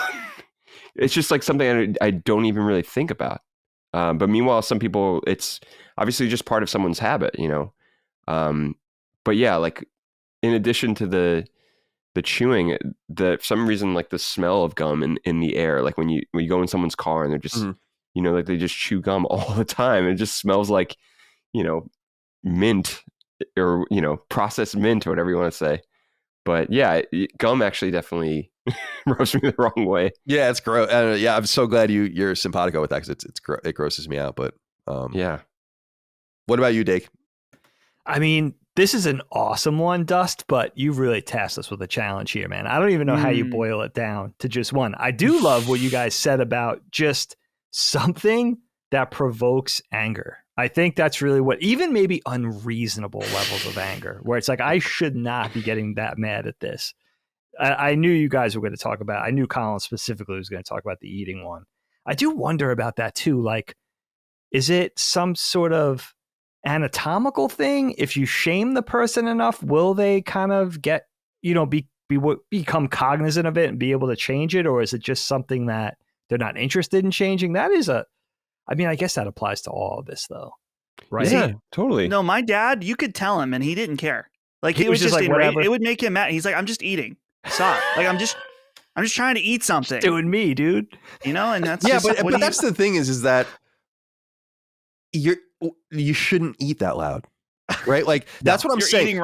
See, maybe this is the thing, Dag, is like the pet peeve for me perhaps is just lack of self-awareness. Yeah, so I think that plays it. That's a great point. When I know that I'm not being into- self-aware or have been loath to be self-aware in a situation, I am deeply embarrassed. Yes, me too. I'm Like, of the same. I'm cut if from I the think same cloth. if I find out I'm bothering someone or know something, it's like, you got to say something to me. I don't want to act like that. Or if it's something I can help, or B, I want to be out of the way in the store. I want to be quick at the register. I want to do all these things. So, it's like, it's just self-awareness. Yeah. And I think respectfulness and just minding the fact that you're sharing this space or, you know, given part of the planet with other people, it's just being mindful of others, right? I think that does play into mine too, because I just realized how weird I am. Like, there's categories for me. Like, there's just straight up weird ones that, you know, that really things that just bother me. I have movie pet peeves. I have pet peeves directly associated with like my loved ones, the people closest to me, social pet peeves, driving pet peeves, fashion pet peeves. But if I'm being true and I really get introspective here, I really wish that I had a chance to like go to the mall for 3 hours before I talked about this, because the things would be fresher in my head. But my pet peeves are definitely social pet peeves. And there's two specifically that really I take to heart. And again, like, bother me to an unreasonable level. And that is people that don't hold the door, which I know speaks to Colin because we've had this discussion. And when I say thank you to somebody, so this is usually like a retail situation. Like, I guess 9 times out of 10, this would be like a point of purchase transaction, right? Whether I'm buying a sandwich or an article of clothing, or I'm at the shop getting repairs on the car, whatever. If I say thank you and you don't say you're welcome back, I get enraged. I just get enraged. I may not demonstrate my rage, but there's something that just bothers me about something polite not being acknowledged. I don't know. I guess that's really what it comes down to. It's like, I said thank you, and I know you heard me, right? 99 times out of 100, and you just don't say you're welcome. Like, what even is that? You know, it's not. And I feel like it's such a common one. Like, I could think of, like, I have really weird pet peeves. Like, I don't like windows that are too small to fit through. But those play more into my fear. Like, I'm like, why even make that window? I can't fit through that. And I know that's more like my an airplane claustrophobia. window? No, airplane windows bother the hell out of me. I can't even look at them. I mean, like, hey, the thing is you'll fit through that airplane window if it gets slipped out during the flight. You'll sure enough fit through it. Isn't that strange? Like, I definitely have ones that are just like, that's more of a fear. But it's the social interaction ones, and probably the driving ones play into this category too, where it's just like, I don't know you're turning left unless your fucking turn signal's on, like that type of thing. But the please and thank you one, I mean, the thank you and you're welcome one is probably the biggest one that, and probably also just because of the sheer scale of it. Like, I deal with this on a weekly, if not daily basis, where someone just doesn't say you're welcome, and it just rubs me so wrong that it could ruin maybe not my day, but the better part of that portion of the day. So for me, this is like a therapy session too, because you got to let that stuff go, because you can't. The thing is, you don't have these people on puppet strings. I can't control their reaction. All I can control is being polite myself, and then it's either reciprocated or it isn't. Right? Like, the airplane window's still going to be too small to fit through. I have no control over that. But, you know, so you got to kind of, and I know that. So why can't I carry that lesson into the social interactions, the social transactions? So when it comes down to it, I have a list. I actually have a bullet point list of things that bother me, but that one in particular. Bring me through. Bring me through a lightning round here. That's some of the other things that bother you on that list. Oh, okay. So people cutting in line. That's a bad one for me. Ooh, this happened to us. Mm. This happened to us the other day. Bad. And you know what's crazy about this? I saw it coming. I saw this coming a mile away. Helene and I went food shopping together, which is very rare. We usually kind of split, you know, kind of divide forces, and we're doing different things, shuttling one kid here, this kid there. I'm going to do this. I'm going to handle this, kind of shoulder the load together separately. Oh. So we went food shopping together. Yeah. Oh, Oh. I deserve it. Give me an O. Yeah. So we're at the deli counter in the supermarket. Okay. Oh, I wanted to talk about this on the podcast anyway, because this specific supermarket doesn't do numbers at the deli counter. It's like an honor system, which I think is just asking for fucking trouble. Yeah, I don't even know why you would do that. Hate it. It's like, we'll be fashion forward. We're not going to do numbers, but that's as far as the intelligence with that scenario goes. It's then it becomes Lord of the fucking Flies at the counter. It's ridiculous because as soon as somebody comes along that wants to get in front of you, they're going to try to find a way, right? There's nothing to keep them honest. I see this lady come up. Helene's waiting on the line. I'm over in produce grabbing something. Go back to Helene. I saw this lady come up. I'm like, this lady's going to try to cut. I just knew it. She had that energy. She had that energy of, I'm going to get in front of you. And you know what? It aggravated me so badly. I just knew I was onto something that I told Helene, I'm going to go shopping in the aisles and grab some shit because I didn't want to be around it when it happened. And maybe I should have stayed there, but I knew I couldn't control myself and I would get angry and it would turn into an argument. So I kind of stepped back. I relieved myself from the situation. I went shopping. I got back. Woman's gone. Helene's still online. She's like, guess what happened? I'm like, I know. That woman with the streaked hair, like the black streak in her hair, cut you online. She was an older lady. And she's like, yeah, exactly. I called it from a mile away. Dude, because what that's saying, when you cut in line, what is that saying? My time is more valuable than your time. That's all that you're saying there, right? I think back to being in third grade and being in the lunch line, with people pulling that stunt. I mean, this is just like a human thing. It just transcends age, right? That adults could even get up to that. That's a big one for me, Kyle. Snobby salespeople is another one on the line. Like Helene and I walked into a real, like kind of an upscale furniture store. This is a few months ago. And the two women in there, we were in there looking around. Oh, this is a cool end table, blah, blah. Never even acknowledged our presence. Not a hello, welcome. And I'm thinking, and just like a snobby air. And I'm thinking, like, look, I worked retail. That's how I put myself through college, partially, right? It's not about that, but what are you looking down on people for? You're working a retail job. You know what I mean? Why are you acting like? What is that air? You know what I mean? So that really bothers me. That's a bad one. This is the last one I'm going to say because these are going to get me in trouble. Well, first of all, I'll just tell you another weird one. People drinking alcoholic drinks in coffee mugs. In this one, I don't even know. Dude, I don't even know why. I can't even explain this one. I can't even explain it. If you're drinking anything that's not supposed to be hot in a coffee mug, that makes me mad. It's not for that. It's like, why? Dude, I went to a friend's house when I was in like third grade and they were pouring Sprite in a coffee mug. I'm like, that's what are you doing? What are you doing? Stop it. I mean, that must have been the only cups they had, It hits different. It was for some reason. I don't know why. It just bothers me beyond reason. But I'm gonna tell you one, and I hope I'm not offending anyone here. But I'm just gonna be perfectly honest with you. And again, this is like kind of unreasonable because who cares what I think, right? Like, why does this bother me so much? Hispanics. Puerto Ricans. Like he's setting it up like it's gonna be some horrible thing, but he's like, what? It's gonna be bad for this one because I think it's gonna offend a lot of people, but I'm just being me, okay? Come on, Dagan. This is it. This is where I'm taken out. It's people eating with like I don't know what better way to say it, but like British people, where you kind of smear the food with your knife onto the back of the fork and eat that way with.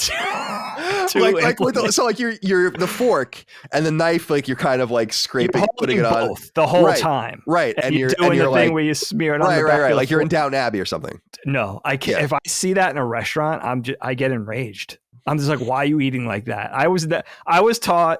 You've offended the aristocrats in the audience. It's a cultural thing. It's like Mr. Pitt eating a Snickers bar in Seinfeld. That's exactly right. That's exactly right. But again, that's the funniest part for me is like, I think I'm just as culpable in these things because these things bother me way too much. Like I take these things to heart way too much. And again, just to have a list of them. We talked about one early in Knockback with YouTubers starting everything with "Hi guys," "Hey guys." Oh yeah, we used to do that. Hey guys. Was it like millions of YouTube channels starting the same exact way? It's like what? That's a pet peeve, In a movie, when somebody opens the book to the exact page they're looking for instantly, it's like, no, why? Why are you? It's like It's like I just realized Dustin made this topic last night in the email, and I spent 5 minutes. I had a bullet pointed list of like 60 or 70 things, and I was like, I am Larry David, basically. Dustin kept you up at night. Yeah. Well, Dagan, as far as you were mentioned about the "No, you're welcome," yeah, which I'm not at that point to be. It's if someone doesn't say you're welcome, it's fine. But I do have a thing that I don't need to be treated like the absolute 10 out of 10 best service if I'm at the post office or if it's someone waiting on me at a restaurant. But if someone's clearly in a bad mood, I go into like malicious niceness at that point where I'm like, oh, you don't want to be here? Well, I'm going to be as nice as possible. So nice that you feel fucking bad for being an asshole. That's where I go with that. Is that I love that strategy. But have you ever done that? Because I've been there, and you try to charm them to death. It's like but it gets even more frustrating. They're just impervious to your charm. Mm-hmm. And there are people like that. They're either in such a bad mood or they're in such a bad place, or they're just they have a nasty temperament. That's a great strategy, Justin. I love that. But when it doesn't work, I just have to double down on my anger. So it's a risk to even it's a go gamble, there right? It's a gamble. Yeah, totally. It is interesting. I think it just comes down to my whole thing is just self-awareness. I think it's like why I'm always the fastest person on the street when I used to walk in LA or San Francisco or Boston or whatever. It's because I'm not walking. I'm going somewhere. I'm trying to get somewhere. I'm going places. Get out of my way. What are we what are we doing here? Just occupying the sidewalk, being in the way, people standing around. It's like, standing is tough. Come on. This is my whole thing is and I say this with no sense of irony at all, because I mean it. If everyone was as conscientious as I was in public, we'd be in a lot better place.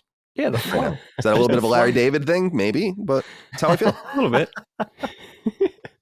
All right. I was going to say... I'm sorry, Ramon. You have more to say? Well, no, I want to give definitely one of my pet peeves. Oh, I'm sorry. Yeah, I'm sorry. I haven't even gone to you yet. My apologies. No. Even before that, though, like I think some of these things are definitely based on, like, I guess, social norms, where I feel like there's definitely some of these things with even, say someone not saying you're welcome. Like, it's not necessarily, oh, like maybe that person wasn't taught that way or something. Like, I think it's a little bit even of a broader conversation regarding like neurodiversity sometimes too. Like some people are just kind of on a different way about them. Yeah.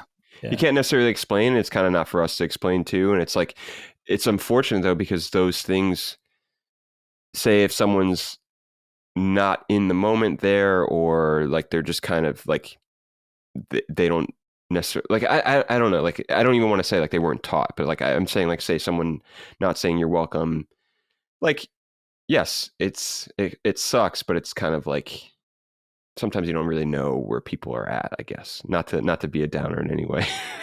No, that's a good mindset. My wife's very aware of that. She reminds me of that a lot. Like, you don't know like what that person's been through. Maybe they just got a cancer diagnosis or they lost a loved one. That's a really good life lesson to think. If you could always think that way, it's definitely a posipositive thing. I think you're letting a lot of people off the hook thinking that way, but I appreciate it. Ramon, because it's what my whole thing. And I wonder if you agree with this statement. It's like, how can I say something to you and you don't even acknowledge me? And anyway, that's kind of the thing it gets down to, is like, if someone says hello, like, you don't just walk by them. Well, yeah, but or I don't know. That's I'm pointing more to like, some people have executive functioning issues and things like that. Yes. Where it's tell me about it. It's no. Read the YouTube comments sometime. No, damn. Okay. No, but that's what I mean. Where it's like, but it's still something where I think something like someone saying thank you and not saying you're welcome. Again, it's like, I'm not excusing that either, because I feel like regardless of these things I'm mentioning, there is still this place of like wanting to make that person that just said thank you heard by saying you're welcome, or even just being like, yep, or like, no prob, or whatever, any version of that, Yeah. The only one I let anyone get away with is not saying anything when I say bless you. That you can't really get mad at. Yeah. That's a good one. Yeah. I mean, if you're polite, you will say thank you, no matter Thank what you, your right. feelings are. But I can understand you ignoring that. There's times where I've stopped saying bless you. And then other times where I make it a point to say gesundheit, because I guess that's not even like, that doesn't necessarily translate to bless you. I can't remember. But yeah, there's sometimes where I'm like, I've kind of lived enough where I'm just like, you don't have to say bless you to me. It's fine. I just sneeze. It's okay. I appreciate it. Typically, like when I sneeze, though, I do say, excuse me. I guess that's another, the other spectrum of that. Sure. But like, I'll say, excuse me, but like, I'm not mad if someone doesn't say, oh, God bless you. Oh, no. I don't get mad about that either. That's No, a I good know. one. That's a good. So That's a yeah, good one. no, in terms of the, I kind of had like, it looked, so like, in my notes, I just happened to search, when I saw this topic yesterday, I searched pet peeves because I think there was a point in time where I was listing them. And it turns out like a few years back, like I had like a running list of some of them. And then I added one that like I made sure that I think is one of my main pet peeves. And I guess there's definitely a few. And one actually even ties into like what we were talking about before with drinking and cocktails and stuff. This is kind of like one of the lightning round ones. But I mentioned brown I wrote brown herbs in cocktails. So like you get some cocktail and it's like all these ingredients and the guy's like touting the fact that it's got Thai basil in it, and literally fucking at the very end of it he's making the cocktail in front of you, throws a Thai basil leaf, and it's literally fucking corroded and fucking slimy and brown. It's probably one of the worst things ever for me. But that's like not really, that's just like a really small thing. But actually the one that I think would have to be the number one, at least right now. I'm sure there's so many when I think about it, but like I wrote Christmas decorations past January. Yeah. Oh yeah, dude. Oh, that's a great I'm walking around the one. hood wondering when some of these lights are coming down. So still to this day. Mine too. And I don't know what it is. And it's just like, it's maybe because like, I think at some point, like my mom was like pretty systematic with it. Like it was pretty much like, yeah, probably like the week after New Year's, like she would say maybe by like the 7th of January, like we'll take everything down. So I think because of that was like instilled in me as a kid. And then like there's just some times where I'm driving around and it's like March 30th and there's like a whole fucking setup on someone's lawn. Once I'm like, at first I'm like, maybe the people died. You did you think that, right? But no, it sounds like the beginning of a 48 hours. Like neighbors got suspicious when John and Jane Smith didn't take down their Christmas decorations. But that's the thing. Like here I am. I mentioned my mom being systematic with this stuff, but there was a point in time I came home from college. This was like 2008 or something. And I was coming home for Easter, and it wasn't like those mid-March, late March Easters. It was like getting close to 420 Easters, Yeah. And I felt so bad, but at first my gut reaction. So basically I came back to my mom's place and it was like mid-April and like everything was still up. Like the tree, like all the decorations. And I guess it was like, my mom's boyfriend like just really loves it around the house, and like they just didn't get around to it. And I felt so bad, but like my initial reaction was just like, Mom, I gotta take this stuff down right now. Like I walked through the door, it was like, this is far too long. This is like another level. But ever since then, I think like that's like traumatized me to some degree, where like poor Marge going around.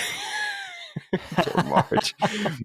Colin and our buddies in college would call my mom Marge because she just has a lot of like similarities. Marge Simpson. It's not really Marge. Simpson. No, yeah, Marge my mom's name's Christina. But yeah, no. So ever since then, like it's not a huge deal. Like I don't. Ultimately, I'm like, people got to do what they got to do. Like I get it. There's sometimes people don't have time or whatever, but like Yeah, if it's April, I've seen it really stretch. I've seen it stretch to fucking If you make May. it to April, it's staying up till the following Christmas. Yeah, no, and then some people do that. I mean, some people like repurpose the lights, and I get it. It's kind of none of my business, whatever. But like, it's definitely not anyone's business, but it's worthy of judgment because it's yeah, sure.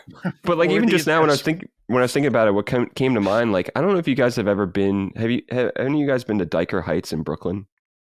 Or have heard about Diker Heights? No. So Diker Heights. It's like, Diker Heights. Rude.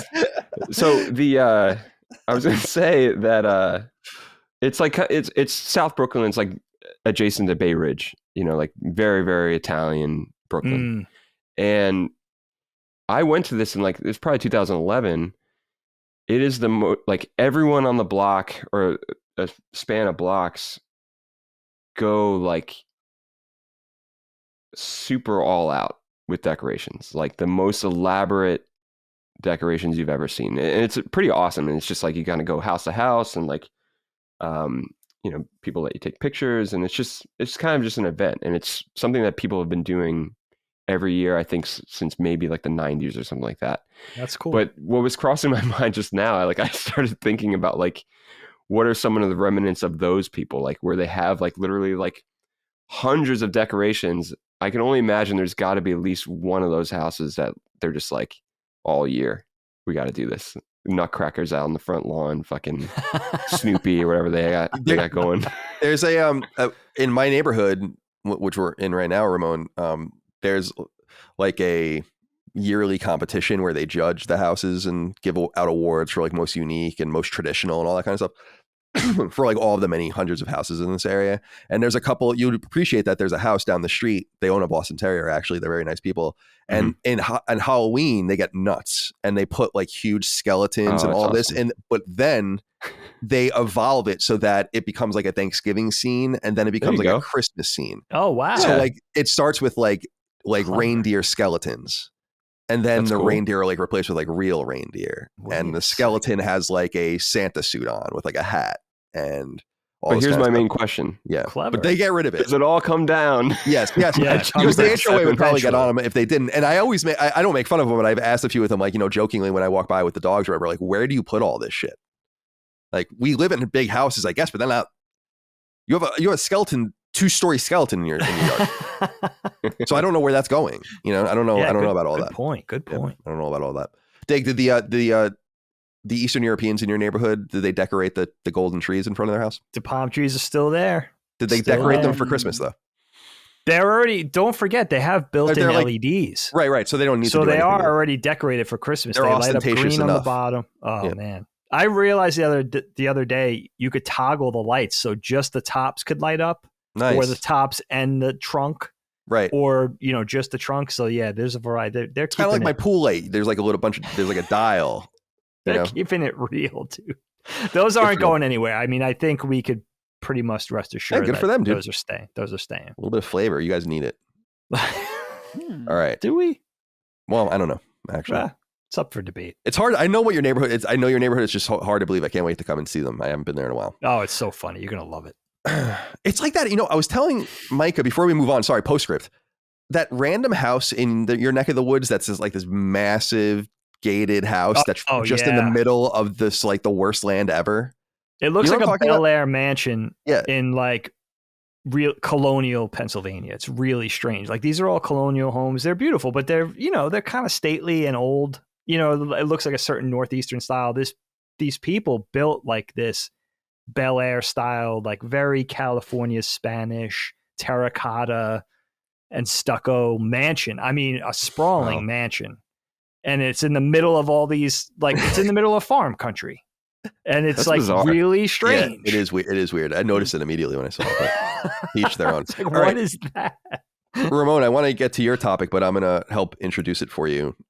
Sure. Because you had brought it up, and I thought it was an interesting one about talking about Last Stand's musical accompaniment and the short list of tracks, the LP sized level of tracks that we have for the various shows EP rather. EP, right? Yeah, I'm sorry, EP, and how much our audience loves these songs, especially Constellation's freshest in their mind, but seeing a lot of comments and people really digging the music, and I know you wanted to talk a little bit about the music and all of this. And I was curious about what perspectives you wanted to talk to me about it. But it's funny because when I know we need, again, I was talking earlier in kind of a joking way, like that I'm a nepotist.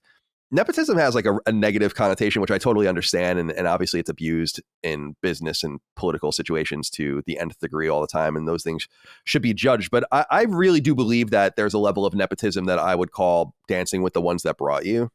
And Right. that to me is that's a ride or die situation. So when I know I need art, I go to Dagan, right? When I know I need music, I go to Ramon. And these are the kinds of the places where I'm like, I have no vision for this. I don't know what it's going to sound like. I trust you to do it. And you've kind of created, and I don't know that I really appreciate this enough because I don't listen to the shows. I record them, but I don't listen to them. Is that you're what they hear every week when the show begins. And so talk to me about the topic in any way you want. I mean, pull any thread you'd like.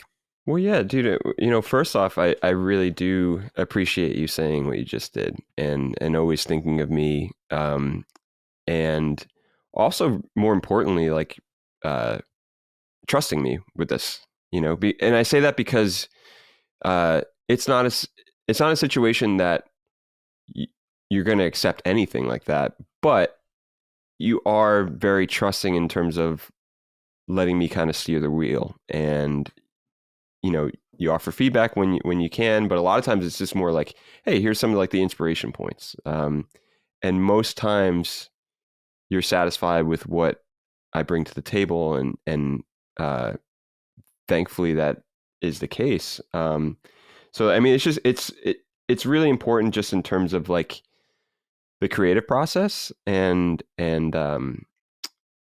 feeling like I can kind of, like, you really do have faith in me to kind of bring something that will kind of work, and I think ever since the first one we did, I've definitely been able to kind of like try to stay in this kind of quote unquote last stand media world when it comes to music and like trying to connect the dots. So I think there's definitely some like points where, at least from like the first tune for like, say, the original Last Stand, or Colin's Last Stand rather, theme till now, including like some of the things that, some of like the other side projects, things like that all now have these like through lines. And I kind of wanted to just maybe talk about some of those little through lines and some of the process between, and some of like little story points and stuff in the meantime. Yeah, that sounds awesome. I mean, because it's impossible to, I don't know if it's impossible. I guess it's unconvincing to start a podcast without a stinger, right? And you like need something that pops and that doesn't get in the way, and that kind of becomes an earbug in some sort of way. And I think you've really nailed that. The amount of compliments I've seen for Constellation especially has been really astounding. So like, people good. love the It's so bass in the that. Constellation song. And yeah, it's funny. And maybe it's like a little bit of my own laziness. I don't think so though, is that when I say this to Dagan, for instance. Dagan's the master of choice. When I ask him to do something, he'll literally give me 100 versions of it. Literally. It's just the way I think. Like 100 versions of a logo. And I tell him over and over again, I don't want that. Like, I'm actually asking you what you want to do, like what you think fits here. Give me a few selections if you want, but this is really about your vision and me trusting your vision being better with an artistic eye than I am. And with you, it's better with a musician's ear. So it's funny when you deliver things and ask, is it okay? I'm like, it is what it is. I mean, like, like it's exactly what you want it to be. And therefore it's great. Oh, I appreciate that. And, so what comes to mind is definitely the first tune. Like, if you go back to, this is 2017, for what was the original Colin's Last Stand, which was essentially just like, you were focusing mainly on like, just doing like history stuff, right? Yeah, history and politics. The first show, Colin's Last Stand, yeah. I think at youtube.com/Colin's Last Stand. It's all still there. Yeah. And that was before Fireside Chats, before Knockback. And the reason I bring this one up in particular, because this is definitely a theme throughout all of the tunes, in that a lot of them actually are like these morphed versions of other ideas. So like, even like, and I kind of wish we can, obviously I would recommend the listeners to kind of, if they want to kind of, as we go, like, I wonder. Well, hold on. Let's talk about this. Dustin, can we edit the songs in maybe in different timestamps?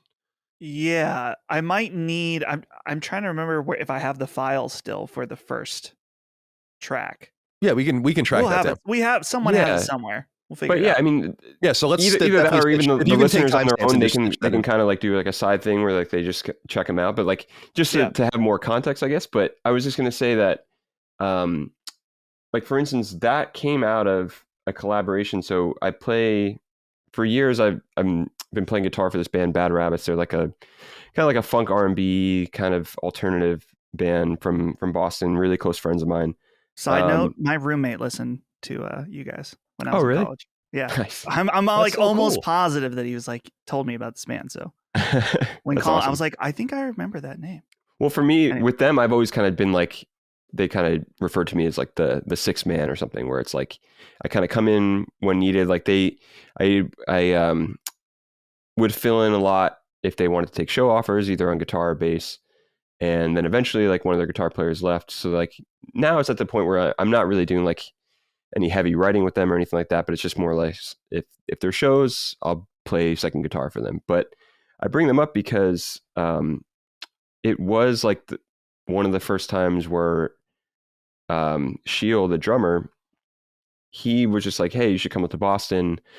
And, I had these ideas with RP, who's kind of like their another hidden member as well. Like he does all their keys, but he doesn't play with them live.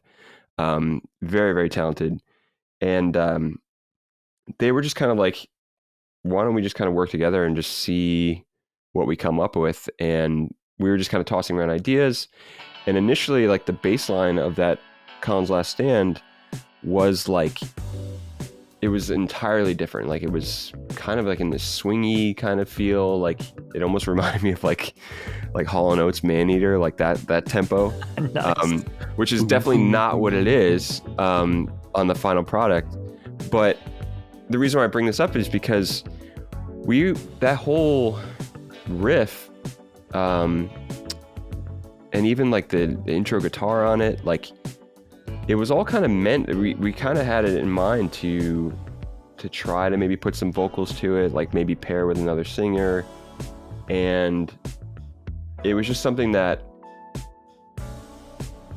the instrumentation itself was kind of speaking for itself. And at the time that Colin was like, hey, everything that happened, and this is, March 2017, April 2017, he was like, it'd be really cool if you give me some theme music for this new project. And that week I went back up to Boston and told RP, like, hey, I think we should really use this song. Like, how can we kind of extend it, making it into more of a full song? And that's the other thing too, that this is probably one of the most like more like longer formed ones, because I think it was before where I had more direction from Colin, which was just like, hey, can you do something that's more like 30 seconds or maybe a minute tops? But it was like, I think what we gave you was probably like 3 or 4 minutes, but that was also so for you to have some fun with it, to kind of throw it in wherever you want, whether you wanted to do it for your credits. Cause like even the credits back then, there were a lot of supporters and stuff like that. There was just a lot of things a lot of different spots to be able to throw this music in. But that kind of ended up opening the realm for everything else after that, in that I was able to at least have more confidence in knowing, like, hey, like these original ideas, this kind of quote unquote style, whatever, the certain type of bass playing that's there, the certain type of synth stuff, this kind of groove oriented thing, like how can I make that continue to translate? But the one that actually slightly deviates away from that is actually the Sacred Symbols theme. So that's the next one that comes up. And with that, it was an entirely different story, where like I had just moved to LA and you were living in Santa Monica. I was out in Echo Park. And, you know, from time to time, like I remember going out there, it was just kind of like this refuge. Like sometimes we kind of record these one-off podcasts. Other times we just fucking get stoned and watch Supermarket Sweep and, you know, just hang out and stuff. But, but in the midst of that, you know, that's when you were starting to link up with Chris a little bit more. And you explained to me what you're doing in terms of coming off of where you were at with, you know, doing Podcast Beyond, and then kind of that changing to, I think it was like PS I Love You with the other company, and you kind of expressing like, hey, I'm going to really do my own PlayStation podcast. And it was just super exciting to hear that you were doing that. And the reason why I say that this one kind of deviates, because like this was actually brought from, for the first time, where you were kind of like giving a little bit of direction, and a lot of that was kind of based off like the initial startup from PS1. And it's something that you have to, like, the way I ended up doing it, it's like you kind of have to like really listen for it. It's just like completely buried, and it was all kind of like at least in the same key, like kind of all kind of built around that. But it definitely was one of the instances where it was just like, whereas like the last one that was kind of developed, and you know, we kind of pined over it a little bit, like did a lot of arranging and removed a lot of things. But like Sacred Symbols, I was just like, here it is. And it was pretty quick, and it's like you can hear that in some of the things that maybe are positive or negatively about it, where like it's definitely pretty raw sounding comparatively to the other things, in that like I think my ability for arranging composition has definitely improved over the last few years. But I also did want to just kind of give something that just felt like out of the box, here we go. And just like, you know, like the thing that comes to mind is like the ending guitar, where it is like super raw. It's kind of slightly out of tune with each other, but it works, and it's the energy, you know? Yeah, I love it personally. Like I've always loved that song. What about Knockback? So Knockback, because Knockback might be my favorite, I think, out of all of them. It's so good. Yeah. So here's the thing with Knockback. The funny thing about it was, so this is actually before Sacred. Yeah, I forgot. Actually, Knockback was before Sacred Symbols. Yep, it was. 2 months. So that's when like I just moved to LA, and I was like staying in Redondo Beach at the time, and you were like, hey, I think I want to do like an 8-bit version of what you sent for the main theme. And the funny thing is, you know, before we were talking about how like, hey, you have this trust in me and you kind of let me do whatever. This is probably one of the only times where I think I did give something where it was like, yeah, I think maybe we can do a little bit more work on. Yeah, I don't remember. I'll believe you. I was trying to find it. I might have deleted it, but like I was like doing my attempt of trying to make it like an 8-bit version, like using like these like bit crusher filters and all I remember that that now. Yeah. I was like, no, you have to like redo it, you know? Yeah, no, it was just, I was like trying to say like, hey, like, is this more the direction? I remember that now. And it was like, I was more like still kind of keeping the same tempo. And then really at that point, I was like, I remember I had to do some traveling. Like I was playing some shows with this one artist like in Mexico City. And before my trip, I reached back to RP, the keyboard player from Bad Rabbits, and who did the keys on the first one, just kind of telling him where I was kind of getting stuck a little bit, and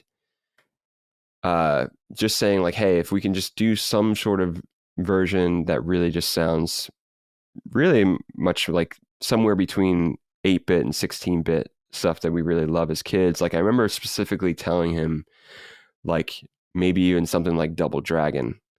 And totally, I could see that. The thing was like, yeah. I think I told him Double Dragon, and that might have been it. I was just kind of like, if you think about Double Dragon or like anything else that comes to mind for you, what do you think we can do? Like how do we kind of translate this over? So really, you know, to really give like full credit, like Knockback is all RP Thompson, really just kind of taking the direction from the original tune that we composed together, seeing where I was kind of getting stuck, and then just really running with it. And I remember getting the rough mixes while I was at that show in Mexico City. It was like some festival, like called like the Corona Capital Festival or something like that. And I remember our front of house sound guy saw me like in the corner, like in the green room, just like totally like just jamming on headphones. And he came over, he's like, "You look like you just got like a really good first pass of something."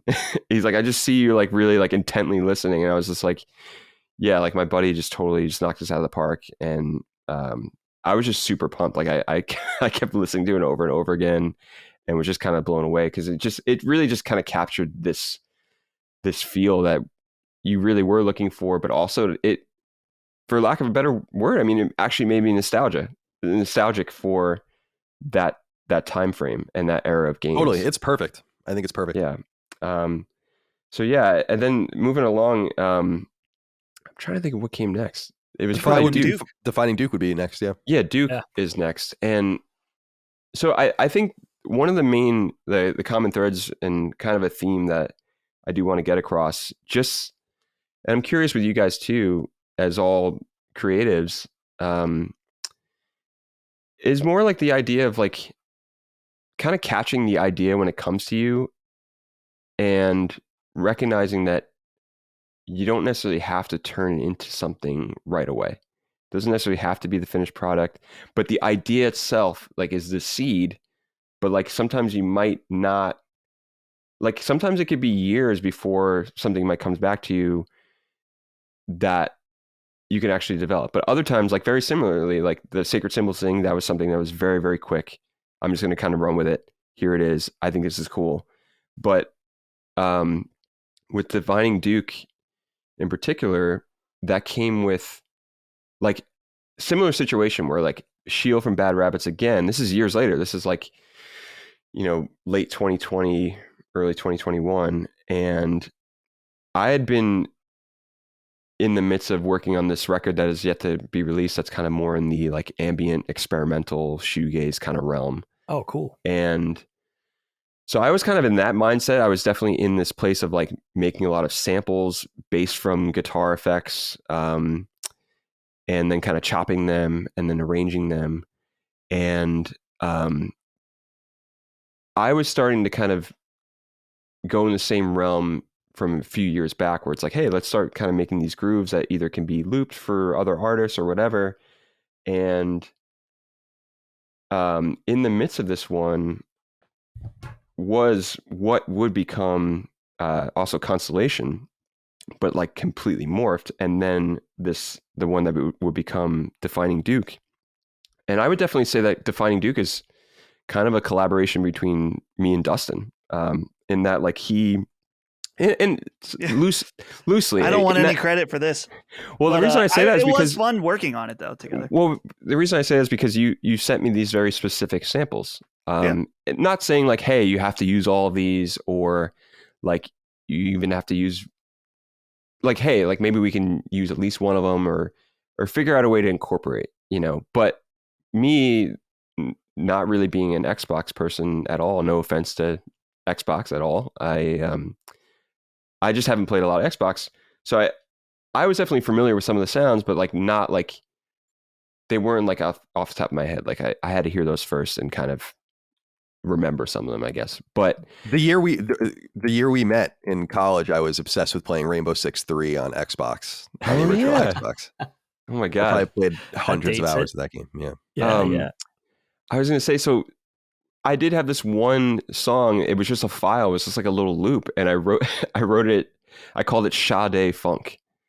Nice. And like, nice. The reason why I say that, because I was like, at the time I was probably listening to a lot of like Diamond Life and listening to particularly that song Paradise by Sade from the Stronger Than Pride record. Great song. Her third record. But great album. So the reason why I say that is because I think some of the movement between the way the bass is set up in that is very reminiscent of that kind of era of Sade. So that's why, just jokingly, just to like save it, as a file, just put, Sade Funk. But then getting the samples from Dustin, with the different like generational expanding Xbox sounds, and then kind of morphing those to kind of fit in the key of the song, then bringing in some of this more like ambient shoegaze stuff that I'm kind of like putting like very kind of buried in the background, building from there. Just felt really good about it, and I think it kind of speaks for itself, and it's definitely one of my favorite ones. And it was one that I felt like I probably had one like the most fun making, in addition to the most recent one too, I would say. That one, I gotta say, Ramon, is that the way you incorporated the samples I thought was so cool, in that it was like if you could just probably hear it, and if you just throw on the podcast and you're doing something, you probably wouldn't necessarily notice. But anyone, if you grew up with a 360 or something, you hear that sound, you're like, oh, that's in there. You know what I mean? Mm-hmm. And that theme in particular, what was so fun when we launched that show is that for the people that watched the video version, it was so much fun that I was able to incorporate parts of the visuals of the startup with the track. And I think that, man, the Defining Duke intro is one of the more fun things and things that I'm proud of as far as the way we're able to marry the sound with the visuals together. Yeah, was really cool. So that was that one in particular I also really like. Yeah, no, totally. And then that really, that brings us to the most recent one, Constellation, which we're on right now. Meta, bro. Yeah, man. Man. But that also that was something where like I also had this other idea from that same session, 2020 into 2021, where it was completely different. It was like super sped up in a different key, just kind of got like the basics of that bass line. And then kind of like some of like the melodic elements that are happening on it now were originally like some like real like funky compressed guitar kind of line, and in the context of the way it sounds now definitely wouldn't work. Like I really feel like it would just kind of ruin it to some degree. But a lot of taking the original, which again was this kind of like more, I guess, mid-tempo or even faster funk riff, but then like peeling a lot of the layers to like kind of make a pattern that actually really grooves. Also because of being in the same headspace of this ambient experimental shoegaze realm, like in the last couple of years, I've just been able to through like making a lot of guitar samples, have just kind of amassed like a library of stuff that could either be manipulated based on the song or kind of chopped and looped. And like some of those synth parts were like completely morphed from some other tunes, like stuff that I kind of had as extras. And with that one in particular, Colin was very loose about it. Like he obviously let me know it was called Constellation and kind of gave me the rundown of what he was looking to do. And that in itself was just kind of enough for me to kind of figure out some sort of feel, but also still really try to make it fit in with everything else, all the themes in terms of like the general, like kind of groove oriented stuff. And, you mentioned the bass before. I'm probably the most proud of the bass on it in terms of like, at this point, in terms of my progression of recording bass itself and like really focusing on like the actual real sound that I want. Like I really do love, like I'm a huge Talking Heads fan. Tina Weymouth is probably my favorite bass player. And she's definitely someone where she's like always in the back of my mind when I play bass, regardless of whatever I'm playing, in terms of just like her groove, her overall tone. And I feel like that can translate to more than just say like new wave, kind of punk stuff that they were doing back then. And I feel like it translates to a lot of different genres. But I also say that in that I was really trying to pay attention to like I just had the bass set up for flat wound strings to like really get more of like that kind of thumpier tone rather. And just really paying attention to just like the general basic sound of it and not really adding too many effects or anything like that. And I just feel really super proud of it. And it's definitely calling, like I said, back to Tina Weymouth, but like at the same time, I was probably in the same headspace. There's a band from Canada that I really love called Men I Trust, that they kind of have this like kind of smooth funk pop, dream pop thing going, but like they're like also super DIY in like a very like punk sense to some degree. But then also there's a bass player.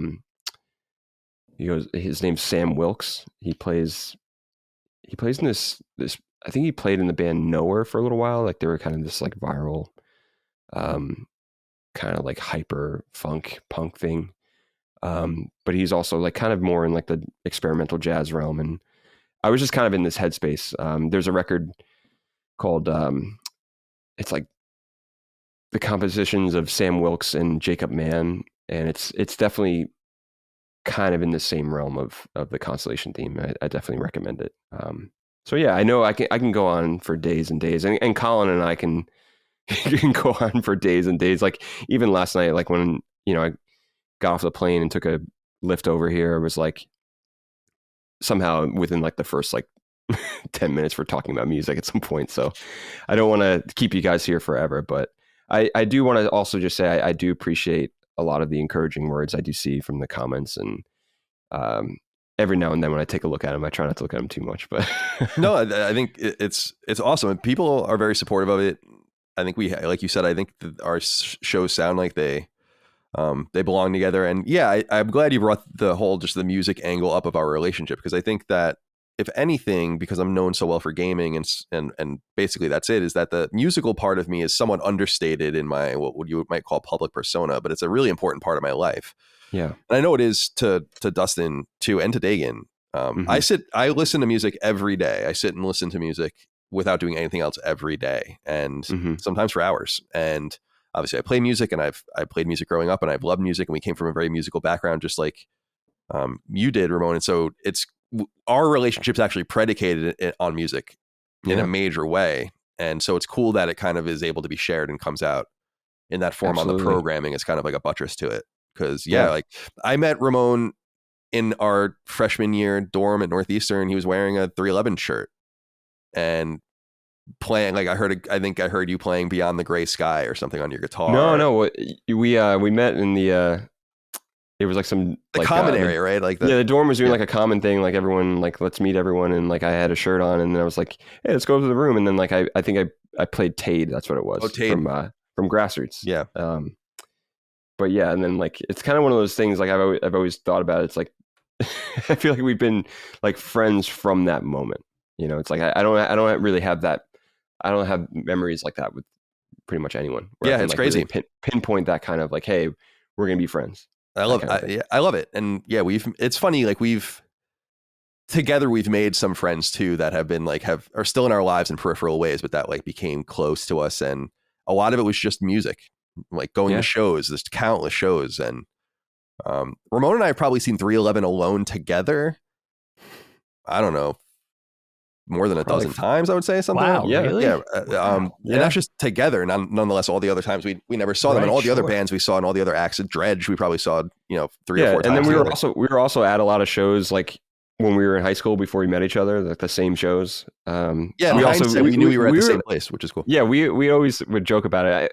I like to believe this. Like we have this memory that like we met each other prior to college. Like we like maybe gave each other like a high five at a show or something. Yeah, like I have this memory of a 311 show.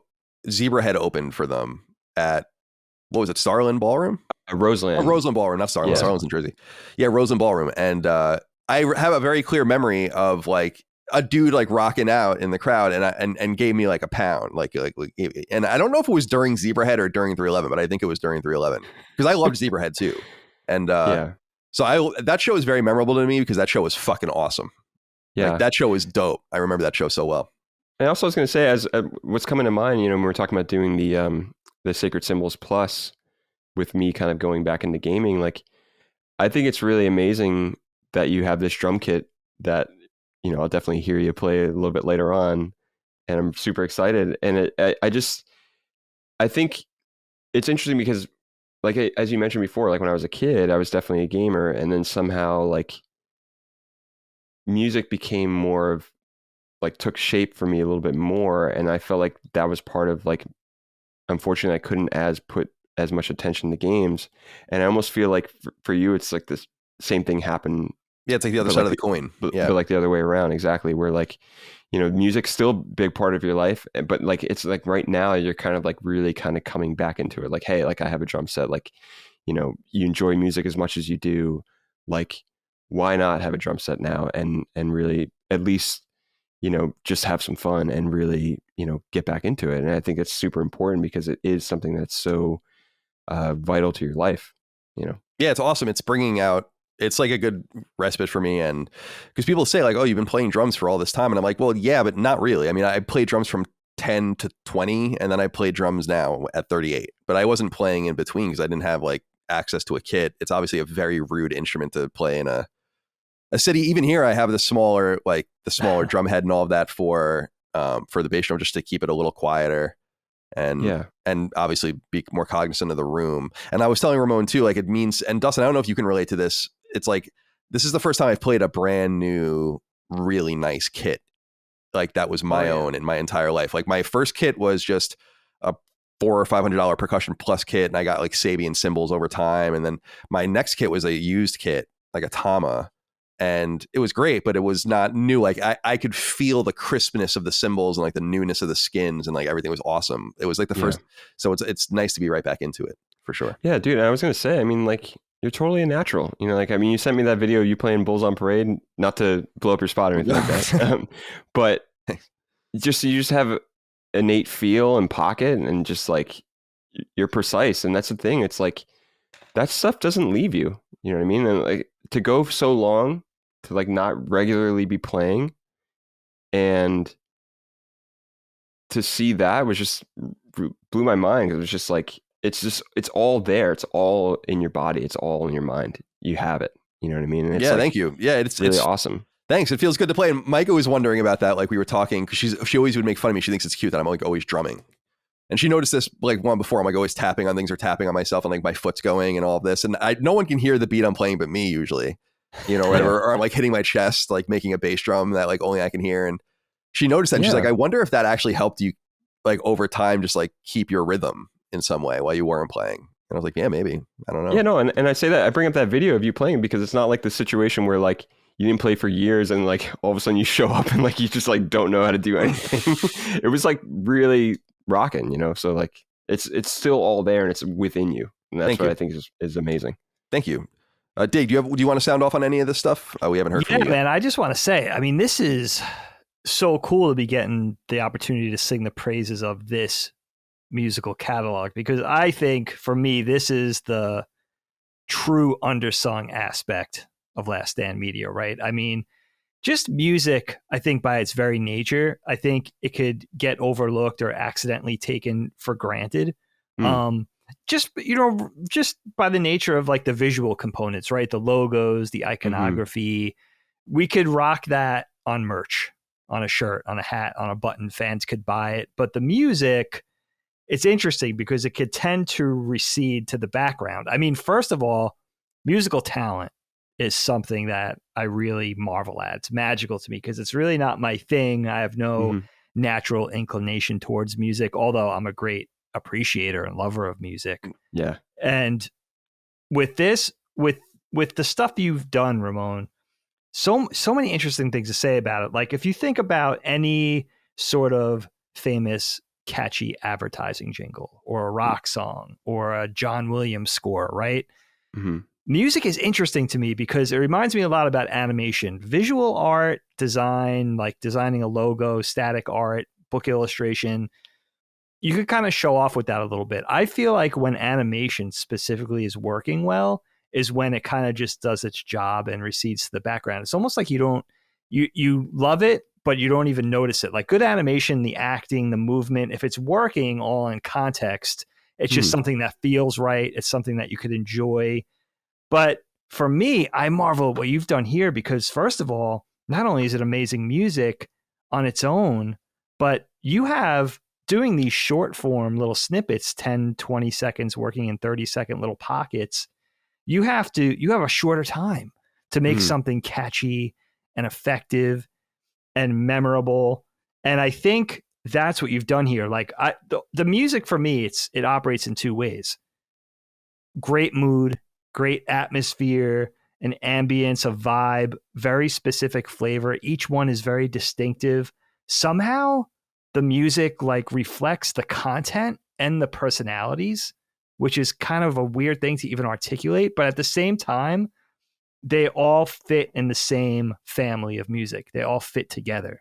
So you've done both things. You've made these outstanding separate pieces of music, but they all live together in the same universe. I'll give people a glimpse behind the curtain. Ramon, when I was ramping up to do my animation podcast, which is on the back burner right now, when we finally do start that thing, it'll be, we ahead of steam, and I don't want to look back. It hasn't been the right time yet, but we got as far as Ramon did the opening music for the animation podcast. And it was such a cool experience because I think Ramon and I went back via email. I gave Ramon like maybe 3 or 4 sort of ethereal chill wave, sort of trip hop tracks to reference. Like, this is kind of the flavor I'm looking for. This is kind of the sound. And he nailed it, like quickly, first try out, like reflected my reference, but definitely brought his own thing, but was exactly what I was talking about. And, I couldn't articulate it like Ramon can. So he just kind of delivered something that felt so right. It felt like everything I was going to try to capture in this and will try to eventually capture in this animation podcast. And that was really cool. Like, I got the firsthand flavor of like working with you and how you nailed it and how you just spoke the language. Even when I was delivering my sort of feedback or overarching notes in my layman's terms, you knew exactly what I meant. You delivered it. It felt like exactly like the reference I was providing, but with your own musical bent and your own musical genius. And dude, it's such the thing about the music here for Last Stand Media is it's such an important part of the overall creative package. Like, without the music, I feel like it's almost like the glue that keeps everything together. The personalities, the content, the topics, the video game centric conversation, the aesthetic. The music is really something that, I went back and listened to each jingle before we did the show today and each opening track. And I was like, everything fits so well. And I love the cohesion. It's just as everything just living in the same family too. It's pretty amazing. I mean, that doesn't really exist. It's very professional. Oh, I appreciate you saying that, man. And I also, I'm glad you brought up the animation podcast as well, because that's really one of my favorite. I mean, like, before at that point, like, I was just kind of like really kind of bringing everything I could for that one. It's so good. Obviously in time too, no rush with these things, but I didn't want to bring that one up particularly because I didn't know if you were going to be able to talk about it. So I'm glad you're talking about it, because that one, that's getting you. I mean, that one's was ripper, so man, I'm telling good you. that I knew as we were working on it, I knew like I can't manage my time. Like, there's just no time to do this animation podcast yet. And again, when the time's right, we'll launch proper. But when you delivered the music, that was almost a prodding to be like, should I just start this? That's how good it was. It was like, should I just? I mean, that means a lot. Just thinking about I felt like we were a certain percentage of the way there, just having that finished and that being so successful. It was like, whoa, man, should I just do this now? No, I have to restrain myself. But it was encouraging. And that goes to what I was saying before too, about like just the seeds of ideas, you know what I mean? Like, you're developing it in time, like giving it the room to grow. Yes. And there's something really to be said about that. That goes across all mediums, I think, and that's something that used to be very, very, the reason I brought this up before, because I was so self-conscious of that. Like, I would treat these little riffs that I had as like, oh, they have to be in these songs, or they have to be in this band setting, or I have to do it in this band, and it's got to fit with this record that I'm doing. And I would put all these riffs and stuff in essentially like a box, and limiting what the potential could come from them. And it was more just about kind of getting rid of that insecurity of like, this stuff's been sitting around, or I'm not sure what to do with it. And my biggest inspiration with that was actually learning a lot of like some of like the really great Prince songs from like the more like mid to late 80s did come from these like very earlier periods. Like they have these earlier demos. Like there's one that comes in particular, it's on the record, Sign of the Times, this song, I can never take the place of your man. There's a demo of it from like 1978, like wow. around like or like 79, something like more like closer to Dirty Mind era. But like that didn't get on a record until 1987. Obviously, it's a whole different story, different artist we're talking about. Obviously, he's hyper prolific, but it was the more I started learning about people kind of hanging on to songs in the way that they knew that they can find places for them, the more that opened up my ability to look at it differently, also peel away the layers and make it just about the emotion at the time and how do I get the emotion across, and then letting it feel right. And I say that because I think that could really, you can think the same way about your podcast, with Sure. like you've been gathering so many different ideas related to it. I'm sure there's probably so many different topics you already have written down somewhere, like you have the music, I'm sure you toss around visuals. It's all there, but it's up to you for when it just feels right, where you can really bring it to the world, so that's the thing. I think a lot of times we get so caught up on living in the society we do with having to produce content after content. It's like, yes, you feel that pressure, but in reality, like you can be really on your own time, and I think that's just something that's really important for all artists to keep in mind. Yeah, I love the parallels for sure. Podcasting, visual art, music, it's all the same. Indeed. I'm sorry to interrupt you, Dick. No, not at all. Not at all. I was going to say, Dustin, it's funny just because Dustin and I were discussing on Sacred Symbols, my idea, though it's ill-formed, this idea that, and I actually mentioned it to Ramon last night, was that like video game developers are looked at as these permanent things, but like why? Why are they?